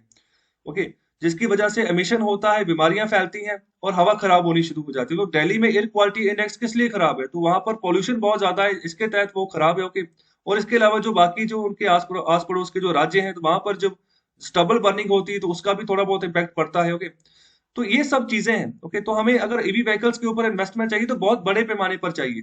ओके, तो तभी जो है उसका एक बड़ा स्केल मार्केट हम डेवलप कर पाएंगे और अच्छे खासे तरीके से इसके इसके चलते और भी मॉडल जो होंगे उनके ऊपर भी हमें इन्वेस्टमेंट चाहिए। ओके, तो यहाँ पर हम बहुत बड़े पैमाने पर जो है लार्ज स्केल जो इन्वेस्टमेंट्स है वो तभी यहाँ पर अट्रैक्ट कर सकते हैं अगर हम खुद से यहाँ पर कमिट कर रहे हैं कि हम जो है ना यहाँ पर क्रेडिबल और यहाँ पर बाइंडिंग मैनर में जो है काम कर रहे हैं अपने इकोसिस्टम को सही करने के लिए, अपनी इकोलॉजी को सही करने के लिए। यहाँ पर भारत को इंश्योर करना होगा कि उसके पास रॉक सॉलिड मैकेनिज्म है, मतलब कि अच्छे खासे उसके पास मैकेनिज्म है कि किस तरीके से वो ट्रैक बनाकर चल रहा है कि किस तरीके से एमिशंस यहाँ पर कम किए जा रहे हैं माइक्रो लेवल पर भी और पूरे एंटायर कंट्री के लेवल पर भी। तो ये चीजें हमें इंश्योर करनी होगी। ओके, तो तभी जो है यहाँ पर इन्वेस्टमेंट आने के और ज्यादा चांसेस हो सकते हैं। और आखिर में जो बात यहाँ पर की जा रही है, तो कहा जा रहा है कि जो फ्यूचर यहाँ पर क्लाइमेट चेंज कमीशन होगा, ओके, तो वहां पर अगर हम आने वाले समय में इस तरीके से एस्टेब्लिश करते हैं कमीशन को, तो यहाँ पर जो है बड़े पैमाने पर जो है ग्रीन इम्पैक्ट स्टैंडर्ड्स जो है हम वो एस्टेब्लिश कर सकते हैं। ओके, तो मतलब कि कितना हमने यहाँ पर इम्पैक्ट डाला है एनवायरमेंट में, जो हमारा यहाँ पर कमीशन बना है, तो उसके चलते हम इन सब चीजों का एनालिसिस कर सकते हैं। और इसके अलावा यहाँ पे हम काम कर सकते हैं जो भी यहाँ पर वर्ल्ड के लीडिंग एक्सपर्ट्स होंगे उनके साथ। ओके, ता जो कि यहाँ पर जो है ना एक न्यूट्रल आर्बिटर के तौर पर जो है यहाँ पर भारत प्रोग्रेस कर सके, मतलब कि जहां पर वातावरण का खास ख्याल रखा जाता है। और एक नेट जीरो भारत अगर हम यहाँ पर बनाना चाह रहे हैं ना, तो यहाँ पर वो सिर्फ और सिर्फ यहाँ पर एक खुशहाल फ्यूचर ही नहीं देगा, और साथ ही साथ यहाँ पर जो है ना भारत भी जो है एक अच्छा खासा रोल अदा करेगा कि कैसे दुनिया को बचाया जा सकता है आने वाले समय में जो बिग डिजास्टर्स आ सकते हैं आने वाले समय में, अगर हमने इकोलॉजी के ऊपर, हमारे एनवायरनमेंट के ऊपर अच्छे से फोकस नहीं किया। ओके। और लास्ट में यहाँ पर जो बात की जा रही है वही है कि जो राइटर है, जो इस आर्टिकल के वो चेयरमैन है standing committee on finance in parliament. तो इस आर्टिकल से हमें भी ये शिक्षा मिलती है कि कम से कम एक पेड़ तो जरूर लगाएं एक साल में। ओके। जहां पर भी आपको खाली जगह मिलती है, अगर घर पे मिलती है तो घर पे लगाएं, अगर बाहर कहीं मिलती है जो पब्लिक एरिया मिलता है तो वहां पर लगाएं। ता जो कि अगर एक एक पेड़ भी आप लगा दोगे ना तो उसका भी काफी फायदा रहेगा। ओके। गर्मियों में वो छांव देगा, ठंडी हवा देगा, और एनवायरनमेंट में जो एज ए कार्बन सिंकर जो है ना वो मतलब उस तरीके से एक्ट करेगा। ओके। तो कार्बन की एमिशंस को वो एब्जॉर्ब कर सकता है। तो एक पेड़ लगाने का इतना फायदा हो सकता है, हमारा ही जो फ्यूचर होगा ना वो सही होगा। तो ऐसे इनिशिएटिव हमें लेने चाहिए।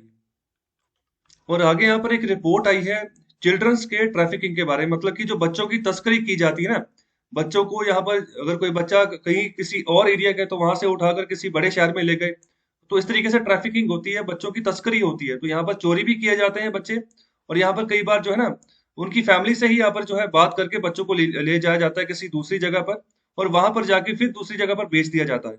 ओके। तो यहाँ पर बच्चों का इस्तेमाल होता है अलग अलग जगह पर, जिसमें एग्जाम्पल की अगर भारत में भी मैं एग्जाम्पल लेकर बात करूं तो बहुत सारे बच्चों को ऐसे चोरी करके ऐसे ऐसे बड़े बड़े शहरों में लगाया जाता है, कई बार उनको अंधा बना दिया जाता है। ओके।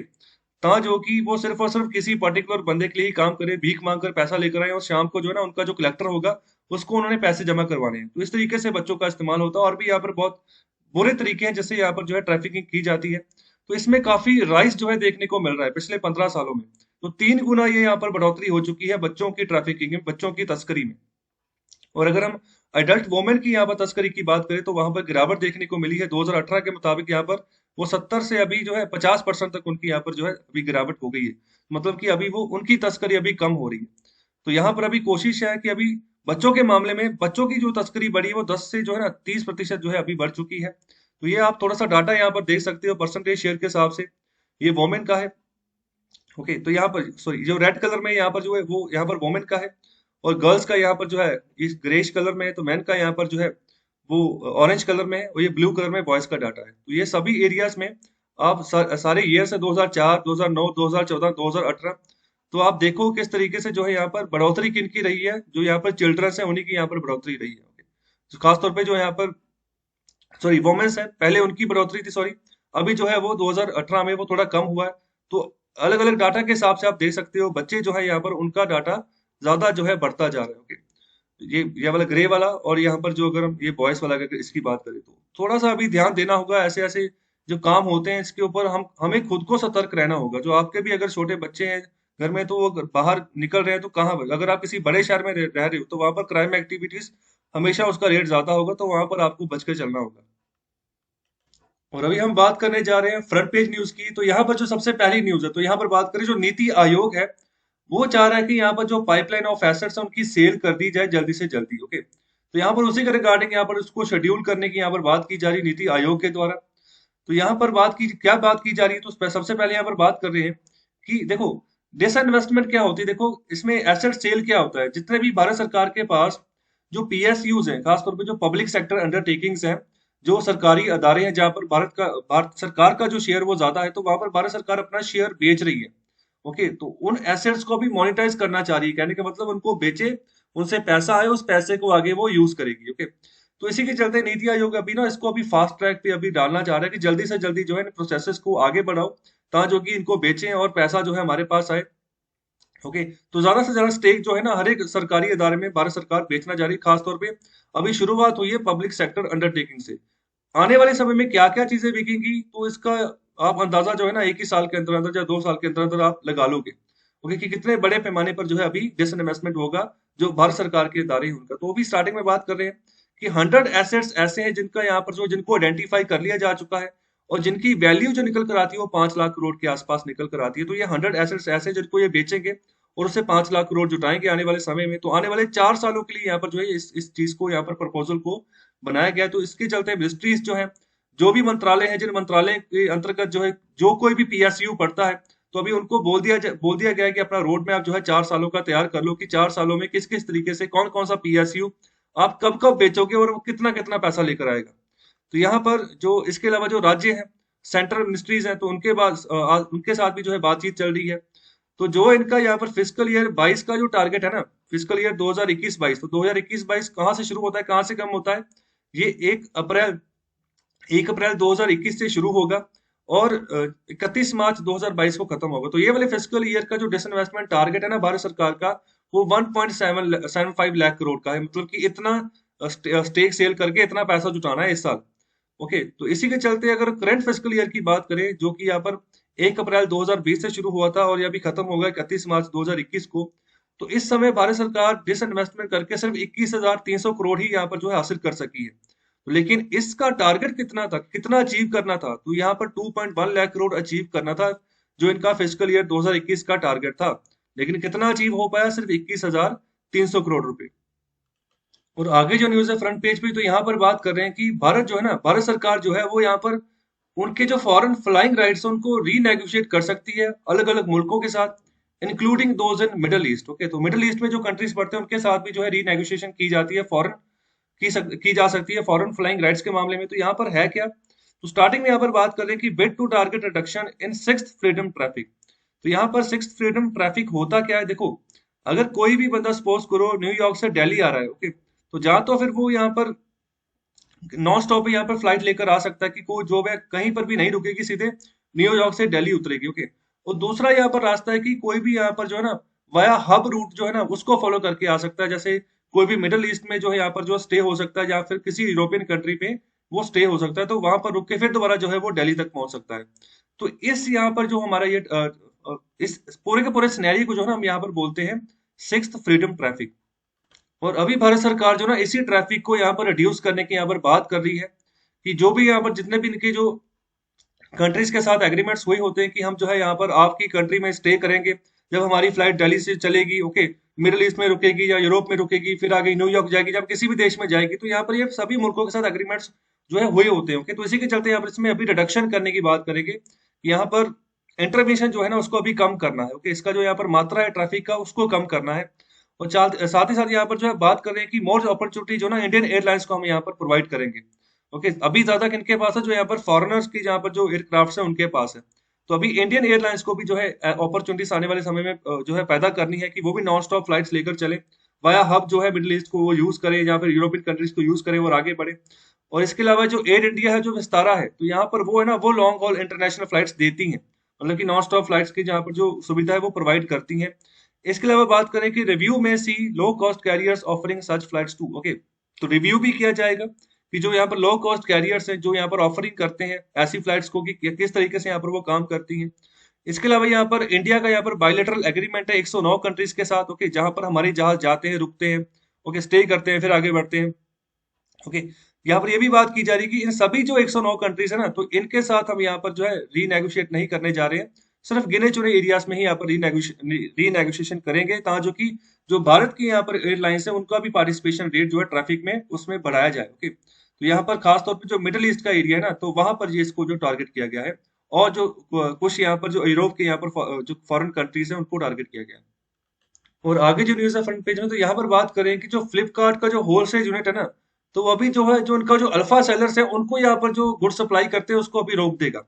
अल्फा सेलर्स मतलब कि जो गिने चुने सेलर्स जो कि मतलब जिनका डोमिनेंस रहता है फ्लिपकार्ट के ऊपर, जहां से ज्यादा चीजें मंगवाई जाती हैं। ओके, तो उन्हीं को जो है फ्लिपकार्ट का जो होलसेल यूनिट होता है यहाँ पर पहले प्रोडक्ट सप्लाई करता है, फिर वहां से लोग ऑर्डर करते हैं। तो यहाँ पर ऐसा क्यों किया जा रहा है, ऐसा यहाँ पर पाबंदी क्यों लगाई जा रही है अल्फा सेलर्स के ऊपर? तो यहाँ पर जो है ना अभी जो कंपनी है ना, तो ये जल्दी से अभी अपने आप को लिस्ट करेगी आईपीओ में, इनिशियल पब्लिक ऑफरिंग में, मतलब पैसा जुटाएगी मार्केट से। तो उसी तरीके से यहाँ पर ये ढांचा जो है ना अपना उसको सही कर रही है। तो यहाँ पर सेलर्स जो है ना अभी वो डायरेक्टली मैन्युफैक्चरर से जो है यहाँ पर सामान सोर्स करेंगे, फिर आगे बेचेंगे। तो इसी के चलते बात की जा रही है कि फ्लिपकार्ट यहाँ पर चाह रही है कि जो डोमिनेंस है कुछ सेलर्स का, कुछ गिने चुने सेलर्स का इसके प्लेटफॉर्म के ऊपर, उसको खत्म किया जाए। और इसके अलावा यहाँ पर आईपीओ उठाना है, इन्होंने पब्लिक लिस्टिंग करनी है, पैसा उठाना है, इसके चलते भी यहाँ पर ये मूव चला गया है। इसके अलावा इस होलसेल यूनिट को यहाँ पर ना बिजनेस टू बिजनेस कंपनी यहाँ पर बनाने की यहाँ पर बात चल रही है फ्लिपकार्ट के बारे में। और साथ ही साथ यहाँ पर ये डील नहीं करेगी किसी भी सेलर्स के साथ, इसकी जो अपनी मार्केट प्लेस है उसके ऊपर। तो जो आइडिया है वो यही है कि यहाँ पर जो है सेलर्स को यहाँ पर इंडिपेंडेंट कर देना है फ्लिपकार्ट के मुकाबले में। ओके, तो ये यहाँ पर जो है बात चल रही है फ्लिपकार्ट के रिगार्डिंग, ये न्यूज है। तो यहाँ पर इनिशियल पब्लिक ऑफरिंग यहाँ पर चाह रहे हैं, जिसके तहत ये अपनी कंपनी को लिस्टेड करना चाह रहे हैं, तो जिसके तहत ये थोड़ा बहुत चेंजेस कर रहे हैं स्ट्रक्चर में। और आगे जो न्यूज़ है फ्रंट पेज के ऊपर, तो यहाँ पर बात कर रहे हैं कि जो टर्म लाइफ कवर है ना, जो आपका लाइफ इंश्योरेंस है, वो अभी महंगी होने जा रही है 2022 के फिस्कल ईयर में। तो इसके कुछ रीजन बताए गए हैं कि और कौन कौन से लोग ज्यादा इंपैक्टेड होंगे, इसके बारे में भी बताया गया है। तो यहाँ पर 10 से 15% जो है ना, यहाँ पर ये टर्म लाइफ कवर जो है महंगा होने जा रहा है। यहाँ पर ज्यादातर जितनी भी प्राइवेट कंपनीज हैं, इंश्योरेंस कंपनीज हैं, वो अभी जो प्रीमियम है उसको भी बढ़ाने जा रही है। तो क्यों बढ़ाने जा रही है, क्यों महंगा करने जा रही है? तो पहले तो ये देखो कि कौन कौन सी कंपनी जो है यहाँ पर लाइफ इंश्योरेंस के मामले में यहाँ पर पार्टिसिपेट करती है, काम करती है। तो यहाँ पर टाटा एआईए है, इसके अलावा मैक्स लाइफ है, एजेंट लाइट है, इंडिया फर्स्ट है, पीएनबी मेट लाइट है। ओके, इसके अलावा जो है नए नए यहाँ पर प्रोडक्ट्स जो है ना, जो भी लॉन्च करेगी, नई जो भी यहाँ पर इंश्योरेंस पॉलिसी लॉन्च करेगी, वो यहाँ पर बढ़े हुए दामों पर ही करेगी। तो यहाँ पर 25 से 30% की यहाँ पर बात करें कि फिजिकल ईयर में यहाँ पर जो है ना प्राइसेस को रिवाइज किया गया है। मतलब कि पहले काफी कम थे, अभी 2020 में इनको ज्यादा नुकसान हो गया, ओके, पैंडेमिक के चलते लाइफ इंश्योरेंस सेक्टर में, जिसके चलते यहाँ पर जो है थोड़ा दाम ये दाम जो है इसको बढ़ाने जा रहे हैं। इसके अलावा यहाँ पर बात करें कि जो री इंश्योरेंस है, also want overhaul in underwriting practices to make them more strict. मतलब इनको और यहाँ पर कड़ा किया जाएगा, खास तौर पर यहाँ पर जो री इंश्योरेंस के उनके मामले में। और यहाँ पर जो रिजेक्शन रेट होगी पॉलिसीज की could also increase as a result. मतलब कि अगर आप कहीं क्लेम करते हैं कि मुझे जो है इंश्योरेंस कवर चाहिए, तो उसका पूरा का पूरा पहले सिनेरियो चेक होगा, किस हिसाब से आप इंश्योरेंस मांग रहे हो, कितने आपने यहाँ पर जो है प्रीमियम भरे हैं, तो उस हिसाब से यहाँ पर जो कि आपकी एक्सेप्टेंस होगी, रिजेक्शन होगी। तो यहाँ पर जो इम्पैक्टेड होंगे ज्यादा से ज्यादा लोग, सबसे पहले वो जो यहाँ पर न्यू टर्म पॉलिसीज यहाँ पर प्लान कर रहे हैं कि हम 2022 में खरीदेंगे, तो सबसे पहले तो वो इम्पैक्टेड होंगे। दूसरा यहाँ पर जो लोग जिनको अलग अलग तरीके की बीमारियां लगी हुई, जैसे डायबिटीज की बीमारी है, हाइपरटेंशन की बीमारी है, या फिर जो है हार्ट की कोई ना कोई बीमारी है, या फिर स्मोकर्स हैं, या फिर कोई भी यहाँ पर इनफॉर्मल सेक्टर में काम कर रहा है। ओके, इसके अलावा जो पेशेंट जो अभी रिसेंटली रिकवर हुए कोविड-19 से, और इसके अलावा जो सेल्फ एम्प्लॉयड है, जिनका यहाँ पर कोई भी फॉर्मल इनकम नहीं है और ना ही कोई टैक्स प्रूफ है, तो ये सब लोग हैं अभी सबसे बड़े पैमाने पर इम्पैक्ट होंगे अगर टर्म लाइफ इंश्योरेंस यहाँ पर जो है इसका कवर बढ़ता है। तो कारण क्या है इसको बढ़ाने का? कारण ये है यहाँ पर रिस्क बहुत बढ़ चुके हैं। ओके, कॉर्मोबिडिटी जो रिस्क है, बीमारी फैलने के रिस्क जो है वो बहुत ज्यादा बढ़ चुके हैं, तो नुकसान हो रहा है कंपनीज को। इसके अलावा जो स्विस रे, ये भी यहाँ पर एक इंश्योरेंस कंपनी है, तो यहाँ पर इसने भी यहाँ पर जो है ना अपना जो इंश्योरेंस रेट है, री इंश्योरेंस रेट, इसको और बढ़ा दिया है। इसके अलावा जो फिजिकल ईयर 21 था, 2021, तो यहाँ पर ये हैवी लॉस मेकिंग ईयर था। ज्यादातर जितने भी ग्लोबल इंश्योरेंस थे, जहाँ पर जो इंश्योरेंस कवर प्रोवाइड करने वाली कंपनीज थे, इनके इनके लिए। और यहाँ पर जो टर्म प्राइसेस है, ओके, तो यहाँ पर ऑलरेडी जो है ना पूरी दुनिया में अभी भी वो सबसे कम ही है। अगर बाहर बाहर के देशों के साथ में कंपैरिजन करोगे तो वहां पर और ज्यादा महंगाई है। ओके, तो यहाँ पर लैंडलेट यहाँ पर अंडरराइटिंग की बात करें कि यहाँ पर उन प्रोटोकॉल्स को यहाँ पर जो है ऐड किया गया है लॉसेस के मुकाबले में। तो यहाँ पर लैंडलेट जो है ना, ये भी यहाँ पर इसी प्रतिक्रिया के मामले, यहाँ प्रतिक्रिया के मामले में यहाँ पर जो है काम करती है कि किस तरीके से यहाँ पर जो है लॉस हुए हैं और कौन कौन से प्रोटोकॉल जो है उनको फॉलो करके चलना होगा फ्यूचर में, आगे आने वाली रणनीति जो होगी वो क्या होनी चाहिए। और आगे न्यूज है फ्रंट पेज में से, तो यहाँ पर बात करें कि जो फेज 2 के लिए गवर्नमेंट जो वैक्सीन खरीदने जा रही है यहाँ पर, जिसका नाम है कोविशील्ड, जो कि सीरम इंस्टीट्यूट ऑफ इंडिया के द्वारा बनाई जाती है। तो यहाँ पर ये सबसे सस्ते दामों पर जो है यहाँ पर खरीदी जाएगी, जिसका यहाँ पर जो प्राइस बताया जा रहा है पर डोज वो 157 रुपीज होगा। ओके, तो यहाँ पर अभी 100 मिलियन डोजेस का जो है यहाँ पर जो है ऑर्डर कर दिया जा चुका है सीरम इंस्टीट्यूट ऑफ इंडिया को। तो ये जो यहाँ पर वैक्सीन बना रहा है ना कोविशील्ड, ये एक्चुअल में जो ये फॉर्मूला है ना, ये इंडिजिनसली डेवलप नहीं है, ये ऑक्सफोर्ड यूनिवर्सिटी के द्वारा बनाया गया फॉर्मूला है, जिसको हम यहाँ पर अस्ट्राजेनेका वैक्सीन भी बोलते हैं। तो उन्होंने यहाँ पर यह SII को यह फॉर्मूला दिया हुआ है, तो इससे यहाँ पर जो वैक्सीन बना रहे हैं, तो बाहर को भी सप्लाई कर रहे हैं, यूके को भी यहाँ पर हमें अभी जो है बहुत सारी वैक्सीन सप्लाई करनी है। तो जो भारत में यहाँ पर इसको नाम दिया गया है ना, वो नाम दिया गया है कोविशील्ड। तो इसी अभी कोविशील्ड को 157 रुपए के यहाँ पर पैसे देकर जो है एक डोज खरीदी जाएगी भारत सरकार की ओर से। तो यहाँ पर जो इसका स्ट्रक्चर होगा, इसमें 150 रुपए की वैक्सीन होगी प्लस GST लगाया जाएगा। तो हेल्थ मिनिस्ट्री का यहाँ पर कहना है कि 5% की यहाँ पर जो है GST लगेगी, तो जिसके चलते टोटल कॉस्ट जो है ना वो 157 रुपीज पर डोज हो जाएगी। तो यहाँ पर अगर कोविशील्ड की बात करें ना, तो यहाँ पर पूरी दुनिया में सबसे सस्ती ये वैक्सीन है, तो इसीलिए यहाँ पर बहुत बड़े पैमाने पर डिमांड है इस वैक्सीन की। और जो हमारा सीरम इंस्टीट्यूट ऑफ इंडिया है ना, तो यहाँ पर वर्ल्ड लार्जेस्ट जो है वैक्सीन मैन्युफैक्चरर जो है ना वो बन चुका है अभी। तो बहुत बड़े बड़े मुल्क जैसे यूके है, वो भी अभी 10 मिलियन डोजेस मंगवा रहा है, ब्राजील मंगवा रहा है। तो बहुत सारी कंट्रीज ऐसे हैं जो इसके ऊपर अभी डिपेंडेंट हो चुके हैं वैक्सीन के मामले में। और आगे न्यूज है प्योर पॉलिटिक्स वाले पेज में से, तो यहाँ पर बात कर रहे हैं कल उत्तराखंड के CM ने रिजाइन किया था, ओके, जिनका नाम था त्रिवेंद्र सिंह रावत। और आज जो खबर आ रही है उसमें यहाँ पर जो है उत्तराखंड के नए चीफ मिनिस्टर जो है वो अपॉइंट कर दिए जा चुके हैं, जिनका नाम है तीरथ सिंह रावत। ओके, तो यहाँ पर ये आरएसएस के प्रचारक रहे हैं। ओके, इनको यहाँ पर 2017 के इलेक्शंस में टिकट भी नहीं मिली थी, लेकिन बाद में 2019 के इलेक्शन में इनको टिकट मिली, लोकसभा के ये एमपी भी बने। ओके, तो यहाँ पर ये एक ठाकुर कम्युनिटी के लीडर हैं। गढ़वाल गढ़वाल जो इलाका है, या कि गढ़वाल हिमालय का इलाका पड़ता है उत्तराखंड में, तो वहां से ये आते हैं। ओके, तो यहाँ पर इनको पॉलिटिकल ब्रेक मिला था 1997 में। ओके, तो ये मेंबर ऑफ लेजिस्लेटिव काउंसिल भी रहे हैं अनडिवाइडेड उत्तर प्रदेश में 1997 में। तो अभी राज्य का जो कार्यभार जो है वो मिला है तीरथ सिंह रावत को। नाम याद रखिएगा, उत्तर प्रदेश के उत्तराखंड के जो मुख्यमंत्री है उनका अभी जो है अभी वहां पर पोस्ट जो है बदल दी जा चुकी है। तो ये जो है ये गवर्नर है उत्तराखंड के। तो इनका क्या नाम है, आंसर दीजिए कमेंट बॉक्स में। और आगे जो न्यूज है प्योर पॉलिटिक्स वाले पेज में से, तो यहाँ पर बात करें कि मनोहर लाल गवर्नमेंट के खिलाफ ना वहां की जो ऑपोजिशन है, तो ऑपोजिशन के द्वारा नो कॉन्फिडेंस मोशन लाया गया था। ओके, जिसको हम अविश्वास मत भी बोलते हैं। तो ये तब लाया जाता है जब ऐसी कंडीशन हो कि सरकार जो है ना वो मतलब बैसाखियों पर चल रही हो, कहने का मतलब कि कॉलिशन गवर्नमेंट हो। ओके, तो यहाँ पर बीजेपी की कॉलिशन सरकार है हरियाणा में, जहां पर बीजेपी के 40 एमएलए हैं, जेजेपी के 10 एमएलए हैं, और यहाँ पर एचएलपी एक पार्टी जिसका 1 एमएलए। ओके, तो यहाँ पर ये इकट्ठे मिलकर सरकार चला रहे थे हरियाणा में। ओके, तो जो जेजेपी है वो दुष्यंत चौटाला की पार्टी है। ओके, तो अभी इनके खिलाफ यहाँ पर नो कॉन्फिडेंस मोशन आया था, जिसमें यहाँ पर वोटिंग दोबारा से हुई। अगर ये वोटिंग इनके खिलाफ, जो यहाँ पर जितने पर्याप्त नंबर ऑफ सीट्स इनको चाहिए थी सरकार बनाने के लिए, अगर ये इस वोटिंग में फेल हो जाते तो इनकी सरकार गिर जानी थी, चीफ मिनिस्टर को रिजाइन करना पड़ना था। ओके, तो यहाँ पर अभी जो है ना ये बच गए हैं। ओके, तो यहाँ पर 40 एमएलए बीजेपी के, 10 जो जेजेपी के एमएलए थे, यहाँ पर एचएलपी का 1 एमएलए था, और 4 इंडिपेंडेंट यहाँ पर थे एमएलए थे जिन्होंने सरकार को सपोर्ट कर दिया। तो टोटल 90 सीट्स है हरियाणा में। तो यहाँ पर अगर आपने हरियाणा में सरकार बनानी है तो उसका हाफ से एक नंबर ज्यादा कर लो, तो 46 सीट्स आपको चाहिए। तो बीजेपी का अपने दम पर बहुमत नहीं है। ओके, तो यहाँ पर सबने मिलाकर जो है यहाँ पर सपोर्ट किया, जिसकी वजह से यहाँ पर नॉन कॉन्फिडेंस मोशन में बीजेपी की सरकार जो है अभी आगे कंटिन्यू करेगी, आने वाले जितने भी इसके रिमेनिंग टर्म रह चुकी है उस टर्म तक। तो ये नो कॉन्फिडेंस मोशन जो है कौन से आर्टिकल के तहत यहाँ पर आता है, उस आर्टिकल का नंबर बताइए कमेंट बॉक्स में। और आगे जो न्यूज निकल कर आ रही है, तो यहाँ पर जो हमारा इलेक्शन कमीशन ऑफ इंडिया है ना, तो वो उसने अभी जहां जहां पर भी जिन जिन राज्यों में जहां जहां पर इलेक्शन होने हैं, जैसे असम में इलेक्शन होने जा रहे हैं, वेस्ट बंगाल में होने जा रहे हैं, केरला में होने जा रहे हैं, तमिलनाडु में होने जा रहे हैं, और एक यूनियन टेरिटरी है जहां पर इलेक्शन होने जा रहे हैं जिसका नाम है पुडुचेरी।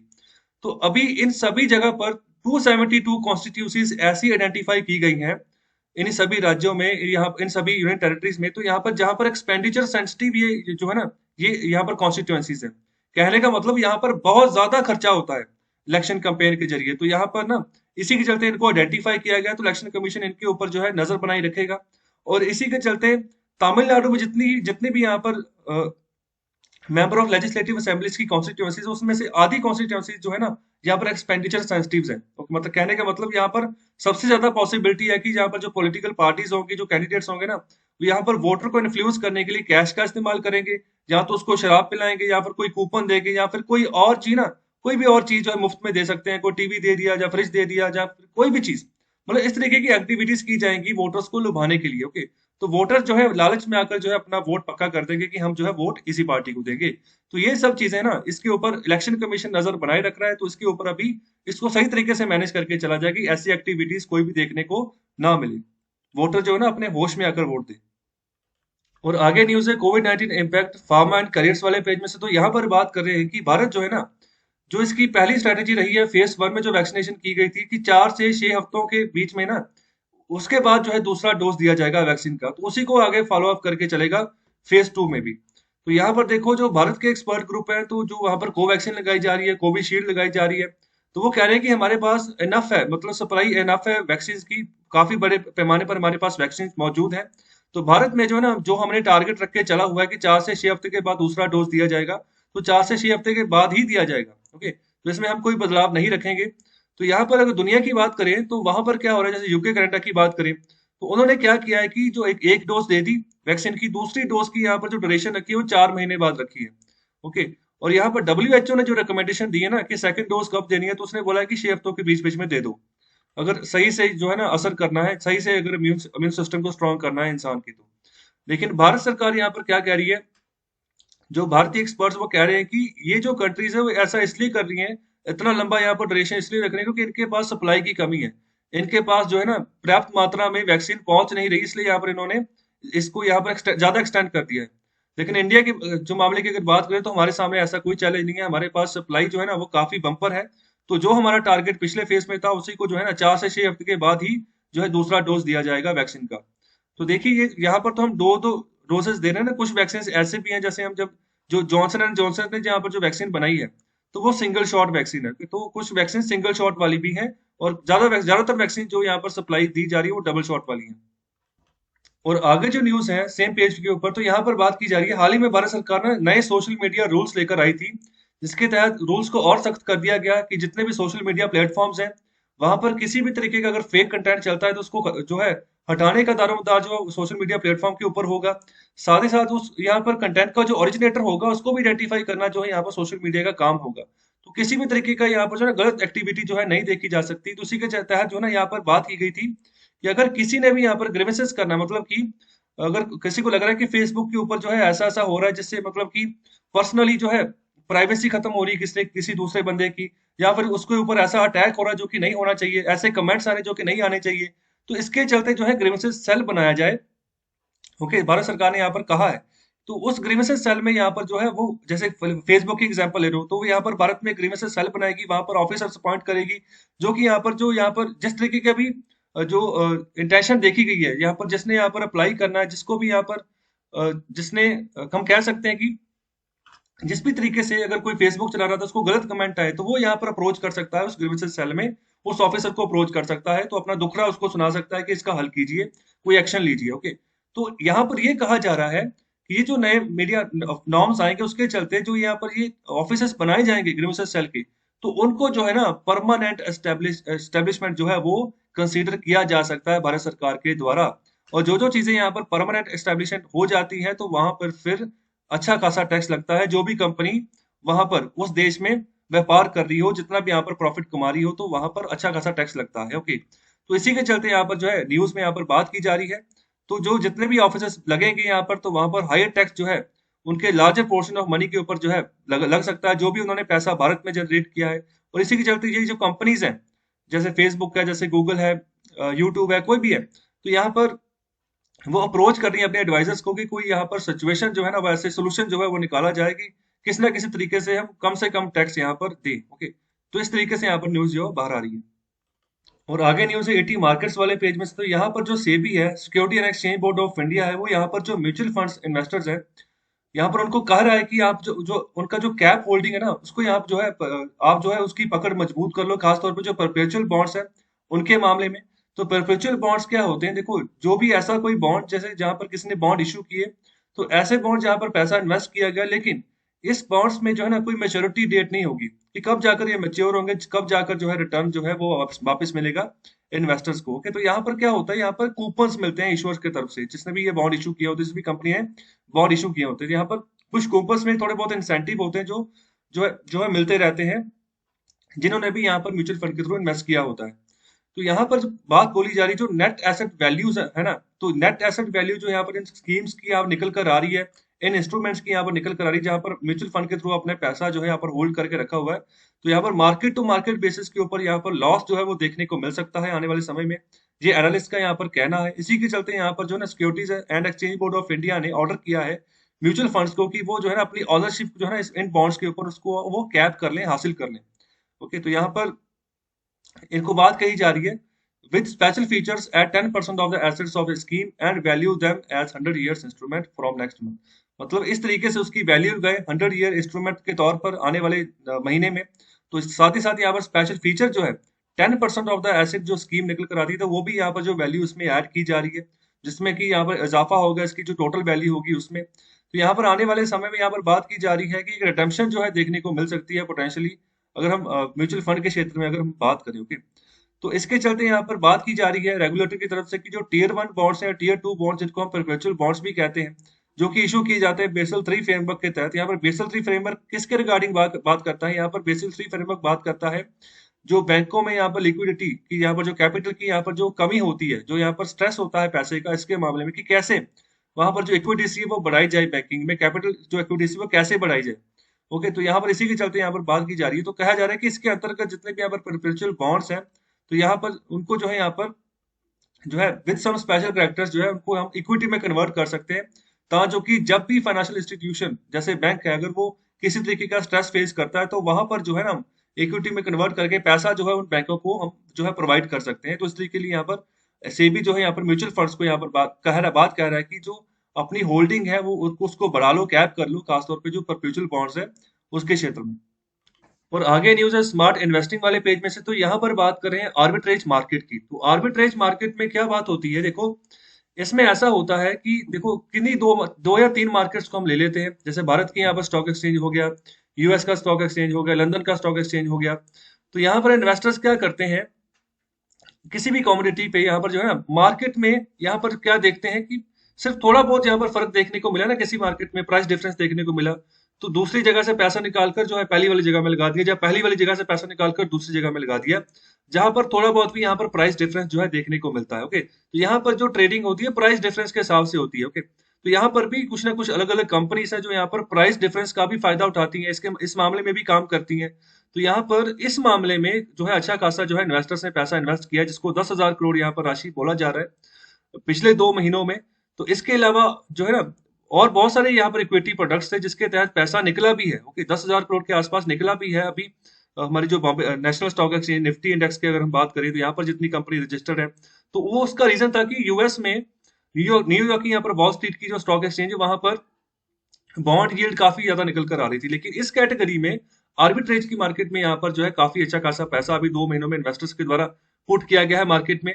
तो जहां पर जो टॉप रिटर्न जिस कैटेगरीज में निकल कर आ रही है, तो वहां पर टाटा आर्बिट्रेज है, ओके, टाटा एल आर्बिट्रेज है, इसके अलावा एडलबीस आर्बिट्रेज है। तो ये अलग अलग कंपनीज है, अलग अलग तरीके की रिटर्न जो है एक साल के यहाँ पर जो है पर्सन के हिसाब से दी रही है। ओके, ये जो यहाँ पर डाटा यहाँ पर सोर्स है इसका वो है वैल्यू रिसर्च। ओके, तो ये 9 मार्च तक का यहाँ पर जो है डाटा है यहाँ पर।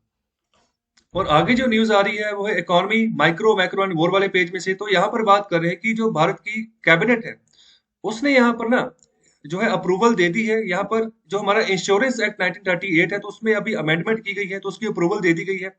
तो अभी इस अमेंडमेंट के चलते क्या होगा कि जो फॉरेन डायरेक्ट इन्वेस्टमेंट का जो कैप है ना, जो पैसा जो आता है इसकी परसेंटेज अभी बढ़ाई जाएगी। तो यहाँ पर इस सेक्टर में अभी पहले 49% तक यहाँ पर अलाउमेंट थी कि मतलब इतने इतने तक जो है यहाँ पर फॉरेन डायरेक्ट इन्वेस्टमेंट आएगी इस सेक्टर में, जितना भी टोटल ये सेक्टर है।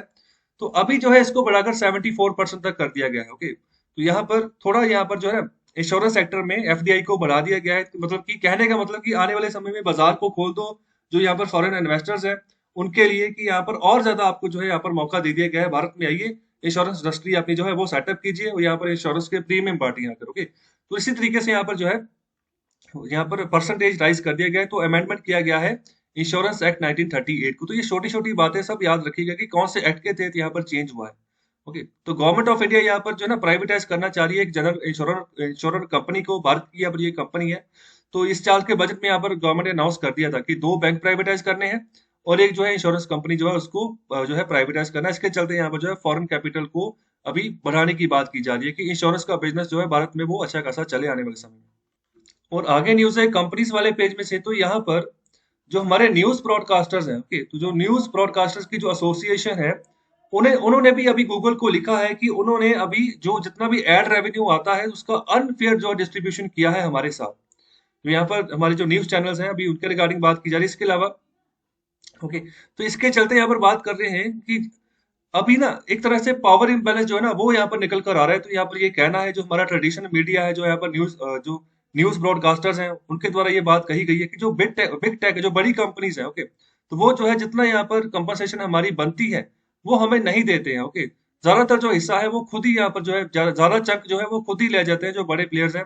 अगर हम यहाँ पर गूगल की बात करें तो यहाँ पर जो प्रेजेंट सिचुएशन है, तो वहां पर लग रहा है कि जो एडवर्टाइजिंग सिस्टम है ना उसमें बहुत सारी ओपेकनेस है, मतलब खराबी है, उसको सही करने की जरूरत है। और इसके रिगार्डिंग बात की जाए तो जो लार्जेस्ट शेयर होता है एड रेवेन्यू का, वो क्या कहाँ चला जाता है, जो यहाँ पर बड़े बड़े टेक प्लेटफॉर्म जैसे यहाँ पर फेसबुक हो गया, गूगल हो गया, इसके अलावा जो जो भी यहाँ पर टेक प्लेटफॉर्म है। तो इसी चीज के रिगार्डिंग बात की जा रही है कि हमें हमारा शेयर जो है ना वो पर्याप्त ढंग से आप हमें दें। तो इससे पहले जो हमारे भारत की न्यूज़पेपर सोसाइटी थी ना, वो भी यहाँ पर जो था ना उन्होंने भी यहाँ पर इसको लिखा था, जो यहाँ पर बड़ी बड़ी कंपनी जैसे फेसबुक है, गूगल है, कि आप जो है जो हमारी अखबारों में जो भी न्यूज कंटेंट छपता है उसका आप हिस्सा हमें आप दीजिए। अगर आप हमारी अखबार का कोई भी न्यूज जो है अपने प्लेटफॉर्म के ऊपर चला रहे हो तो उसका जो एड रेवेन्यू बनता है उसका पर्याप्त हिसाब हमें भी दीजिए। क्योंकि ऐसा क्यों बोला जा रहा है? अभी पहले न्यूज़पेपर सोसाइटी बोली, फिर अभी जो है न्यूज़ ब्रॉडकास्टर जो एसोसिएशन है वो बोली, तो इससे पहले भी कोई बोला था। तो इससे पहले अभी किसने बोला? अभी ऑस्ट्रेलिया ने है ना, हाल ही में दुनिया में सबसे पहले जो है एक लॉ पास किया है। तो इसमें क्या होगा, जो फेसबुक और गूगल है ना, उनको जो है अभी अगर कोई भी यहाँ पर न्यूज़ पब्लिशर होगा ऑस्ट्रेलिया में, अगर उनकी अखबारों में से कोई भी कंटेंट उठाया जाता है तो उसके रिगार्डिंग कंपनसेट करना होगा उसको, एड रेवेन्यू का हिस्सा बांटना होगा। ओके, तो ये लॉ जो है ऑस्ट्रेलिया में पास कर दिया गया है। फ्रांस भी इसकी ओर कदम बढ़ा रहा है, और इसके अलावा और भी यूरोपियन कंट्रीज जो है और इस लॉ की ओर जो है वो कदम बढ़ा रहे हैं कि मतलब कि यहाँ पर ज्यादती नहीं कर सकते जो खासतौर पर जो न्यूज पेपर्स है उनके साथ, क्योंकि खबरें उनकी होती है, आप चलाते हो, रेवेन्यू कमाते हो। तो जहां जिन जिन लोगों ने मेहनत करके खबर निकाली है, अगर छापी है अपने न्यूज़पेपर के, उनको कुछ नहीं मिल रहा। ओके, तो इसी चलते यहाँ पर जो है ऑस्ट्रेलिया ने लॉ पास कर दिया है। तो इसी के चलते अभी जो ब्रॉडकास्टर जो एसोसिएशन है वो भी, उन्होंने भी यहाँ पर पत्र लिखा है जो बड़े बड़े बड़े प्लेटफॉर्म्स हैं उनको। और आगे न्यूज है कंपनीज वाले पेज में से, तो यहाँ पर बात करें कि जो आईपीएल की ब्रांड वैल्यू है ना, तो वहां पर 3.6% की गिरावट देखने को मिली है 2020 में। ओके, तो यहाँ पर 45,800 करोड़ जो है वो ब्रांड वैल्यू रही है आईपीएल की। तो ब्रांड वैल्यू होती क्या है? ये किसी भी तरीके की आपकी जो नेट प्रेजेंट वैल्यू है, और जो यहाँ पर आने वाले समय में फ्यूचर वैल्यू हो सकती है कि जितना यहाँ पर कैश फ्लो हो सकता है किसी भी अदारे में। ओके, कितना ज्यादा से ज्यादा जो कैश फ्लो हो सकता है और अभी कितना है। और ये चीजें यहाँ पर बिल्कुल आप जो किसी पर्सनैलिटी के साथ भी आप जोड़ सकते हो कि किसी के पास अभी कितना पैसा है और बाद में अभी कितना कैश फ्लो जो है उसकी यहाँ पर पर्सन के पास जो है ऐड हो चुका है। ओके, तो इसी के चलते जो ब्रांड वैल्यू बनती है तो अभी गिरी है। ओके, 2019 की अगर बात करें ना, तो इसी यही वाला साल था जब 47,500 करोड़ की ब्रांड वैल्यू थी। तो 2014 से अगर आप देखोगे तो बहुत कम थी उस समय भी ब्रांड वैल्यू इसकी। ओके, इसके अलावा जो फ्रेंचाइजीज इसमें काम करती है तो उनको भी यहाँ पर जो है ना अच्छा खासा धक्का लगा उनकी ब्रांड वैल्यू में। 2019 के बाद में यहाँ पर बात कर रहे हैं, तो ये देखो 2019 और 2020 का डाटा है। यहाँ पर परसेंटेज चेंज आप जो है देख सकते हो, जो अलग अलग यहाँ पर जो टीम्स हैं, जैसे मुंबई इंडियन, तो यहाँ पर 2019 में 809 करोड़ की इनकी ब्रांड वैल्यू थी, अभी 761 करोड़ की रह चुकी है। तो इसी तरीके से सबको झटका लगा है। ओके, और आगे न्यूज है डिसरप्शन स्टार्टअप्स एंड टेक वाले पेज में से, तो यहाँ पर बात करें कि रशिया जो है ना, उसने कहा है कि वो ट्विटर का असेस जो है उसको स्लो कर सकता है अपने देश में। अभी जो है डिस्प्यूट चल रहा है ट्विटर का रशिया के साथ भी, अभी कुछ दिनों पहले भारत के साथ भी था।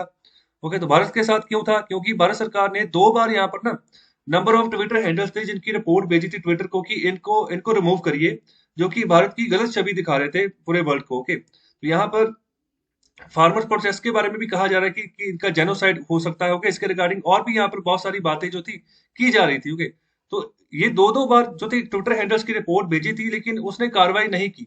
ओके, लेकिन फिर बाद में गवर्नमेंट ऑफ इंडिया ने सख्ती जब दिखाई कि ट्विटर को बैन किया जा सकता है भारत में, तब जाकर कार्रवाई होनी शुरू हो गई। जितने ट्विटर हैंडल्स भेजे थे उनको फिर धीरे धीरे उसके कंटेंट को रिमूव करना शुरू कर दिया। ओके, तो इसी के चलते यहाँ पर रशिया की भी अभी बारी आई। रशिया ने भी यहाँ पर जो है ना कुछ ट्विटर हैंडल्स को भेजा है ट्विटर को कि इनको रिमूव करे। ओके, तो अभी उनको नहीं किया जा रहा है, जिसके चलते रशिया सरकार कह रही है कि अभी ट्विटर का एक्सेस जो है स्लो कर दिया जाएगा।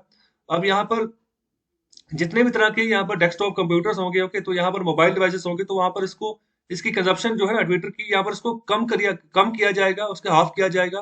क्योंकि यहाँ पर जो भी यहाँ पर कंटेंट इसको भेजा था कि जो भी रिगार्डिंग, जैसे यहाँ पर टीनेज सुसाइड अटेम्प्ट है, या फिर पोर्नोग्राफी के रिगार्डिंग है, या ड्रग यूज के रिगार्डिंग है, तो यहाँ पर इन सब मुद्दों के ऊपर यहाँ पर जो यहाँ पर इनके हैंडल चल रहे हैं इनको बैन नहीं कर रहे हैं, बंद नहीं कर रहे हैं। ओके, तो ये बात इन्होंने कही है जो यहाँ पर इंटरनेट के वॉच डॉग हैं जिनका नाम है रॉस्कोमन नादजोर। ओके, तो अभी रशिया कह रहा है कि जिस तरीके से यहाँ पर बैंड कंटेंट है, अगर इसके ऊपर ये कार्रवाई नहीं करता तो ये जो टसल है ये अभी बढ़ता जाएगा, तो इसके ऊपर फिर बैन भी लगा सकते हैं, जैसे भारत में भी किसी समय कह रहे थे। तो जब भारत में ऐसी बात उठ रही थी तो भारत में एक और ऐप यहाँ पर उछाल मार रही थी, जो भारत की इंडिजिनसली यहाँ पर डेवलप यहाँ पर जो ऐप थी, ओके, जिसको यहाँ पर नाम था जिसका कू ऐप। ओके, तो जब ये ट्विटर का टसल चल रहा था भारत के साथ, तो कू ऐप के सब्सक्राइबर्स बहुत बड़ी तेजी से बढ़े थे उस समय। ओके, तो अभी भी वो जो है ना तेजी से बढ़ रहे हैं। तो एक तरीके का राइवल पैदा हो गया है ट्विटर का भारत में। तो अभी इसी तरीके से रशिया भी जो है यहाँ पर जो है इस डिस्प्यूट को जो है यहाँ पर टेक ओवर करके चल रहे हैं। और आगे न्यूज है अराउंड द वर्ल्ड वाले पेज में से, तो यहाँ पर बात करें कि जो यूरोपियन यूनियन है ना, तो आने वाले समय में extra 4 million biotech P Pfizer vaccine जो है ना, इसकी डोजेज जो है आने वाले 2 हफ्तों में प्रोवाइड की जाएगी, खासतौर पे वो एरिया जहां पर हॉटस्पॉट एरियाज बने हुए हैं, उन एरियाज में कि वहां पर प्रायोरिटी के तौर पर जो है इन वैक्सीन को यहाँ पर लगाया जाए लोगों को। तो इसके अलावा जो यूएस है ना, वो भी अभी 100 मिलियन जो है ना जॉनसन एंड जॉनसन के जो डोजेस है उसको बाय करना जा रहा है, बाय करने जा रहा है। तो अभी जल्दी ही जो है यहाँ पर एडिशनल 100 मिलियन डोजेस जो है इसको बाय करेगा। जिसमें पहले बताया था कि जो J&J की जो वैक्सीन है ना ये सिंगल शॉट वैक्सीन है। ओके, जैसे भारत में जो वैक्सीन लग रही है वो डबल शॉट है, मतलब एक बार लगी फिर 4 से 6 हफ्ते के बाद फिर लगेगी। तो ये वाला जो है ये सिंगल शॉट है। ओके, तो यहाँ पर बात की जा रही है कि जल्द ही जो है यहाँ पर जून एंड तक जो है यहाँ पर इतनी सप्लाई जो है ऑलरेडी जो है इतनी सप्लाई जो है यहाँ पर इतनी मात्रा में भेज दी जाएगी यूएस में। तो चलिए अभी वक्त है शीशे के सामने जाने का। तो पहला वर्ड है ऑस्टर, जिसका नाम है सीधा साधा, जिसका मतलब निकलता है सीधा साधा। दूसरा वर्ड है ऑटोनॉमस, जिसका मतलब है स्वेत शासी। कहने का मतलब कि आप खुद से जो है किसी अदारे को चला, जैसे मैं किसी इंस्टीट्यूशन का मैं नाम दे दूं ऑटोनॉमस इंस्टीट्यूशन है, तो इसका मतलब वो अपनी रिस्पॉन्सिबिलिटी खुद देख रहा है। ओके, खुद देख रहा है कि कितने यहाँ पर जो है इन्वेस्टमेंट आ रही है, जहाँ पर कितने मैं यहाँ पर पैसे जुटा पा रहा हूँ, किस तरीके से मैं सैलरीज बांटूं। अगर मैं किसी कॉलेज की एग्जांपल ले लूं, तो अगर कोई वो ऑटोनॉमस कॉलेज है तो यहाँ पर जो फीस आती है बच्चों की उसको खुद से मैनेज करते हैं, सैलरीज खुद से निकालते हैं, पेपर यहाँ पर खुद से वो डालते हैं। कोई बोर्ड से किसी भी यूनिवर्सिटी के साथ उनका कोई लेना देना नहीं है। ओके, तो इस तरीके से वो काम करते हैं, बस यूनिवर्सिटी के साथ उनकी एफिलिएशन रहेगी। ओके, इसके अलावा सारा काम वो खुद से करेगी। तो यहाँ पर ऑटोनॉमस वर्ड का हम इस्तेमाल करते हैं। तो यहाँ पर लास्ट वर्ड है एवरेज। एवरेज का मतलब है लोभ, लालच। तो चलिए अभी बारी है आज का इकोनॉमिक कंसेप्ट डिस्कस करने का। तो आज का जो टॉपिक है वो है ब्रैकेट क्रीप। तो ये ब्रैकेट क्रीप क्या होती है, तो यहाँ पर मतलब क्या निकलता है इसका। इनकम के मामले में यहाँ पर जो है इसका वर्ड का यूज होता है। जब भी यहाँ पर इनकम्स बढ़ती हैं किसी भी, जैसे सपोज करो कोई यहाँ पर सरकारी एम्प्लॉयज की इनकम बढ़ी महंगाई की वजह से, तो महंगाई की वजह से क्या बढ़ा, जो उसको डेयरनेस अलाउंस मिलता है भारत सरकार की ओर से, जिसको हम बोलते हैं महंगाई भत्ता। उसकी महंगाई भत्ते में भारत सरकार ने थोड़ी बढ़ोतरी कर दी। ओके, ओके, जिसके चलते यहाँ पर जो था उसके उसके पास अभी पैसा, इनकम थोड़ी उसकी बढ़ गई। अभी वो जब उसकी इनकम बढ़ गई तो अभी क्या होगा, तो उसको अभी टैक्स भी ज्यादा देना होगा। तो हायर टैक्स ब्रैकेट्स में वो चला गया। तो टैक्स ब्रैकेट्स अलग अलग तरीके से होती हैं। तो जैसे यहाँ पर 5 लाख तक का जो टैक्स लगता है, कितने परसेंट लगेगा, 2 से 3%। उसके अलावा जितनी यहाँ पर आपकी इनकम बढ़ती जाएगी फिर वो 5 से 10% हो जाएगा, फिर 10 से 12% हो जाएगा। इस तरीके से इनकम जो है ना अलग अलग ब्रैकेट्स होती है, तो उसके हिसाब से अलग अलग आपका टैक्स होता है, इनकम टैक्स। ओके, तो ये जो है फिर टैक्स की भी यहाँ पर जो ब्रैकेट बढ़ जाएगी, फिर ज्यादा टैक्स यहाँ पर पे करना होगा उसी यहाँ पर इंडिविजुअल को।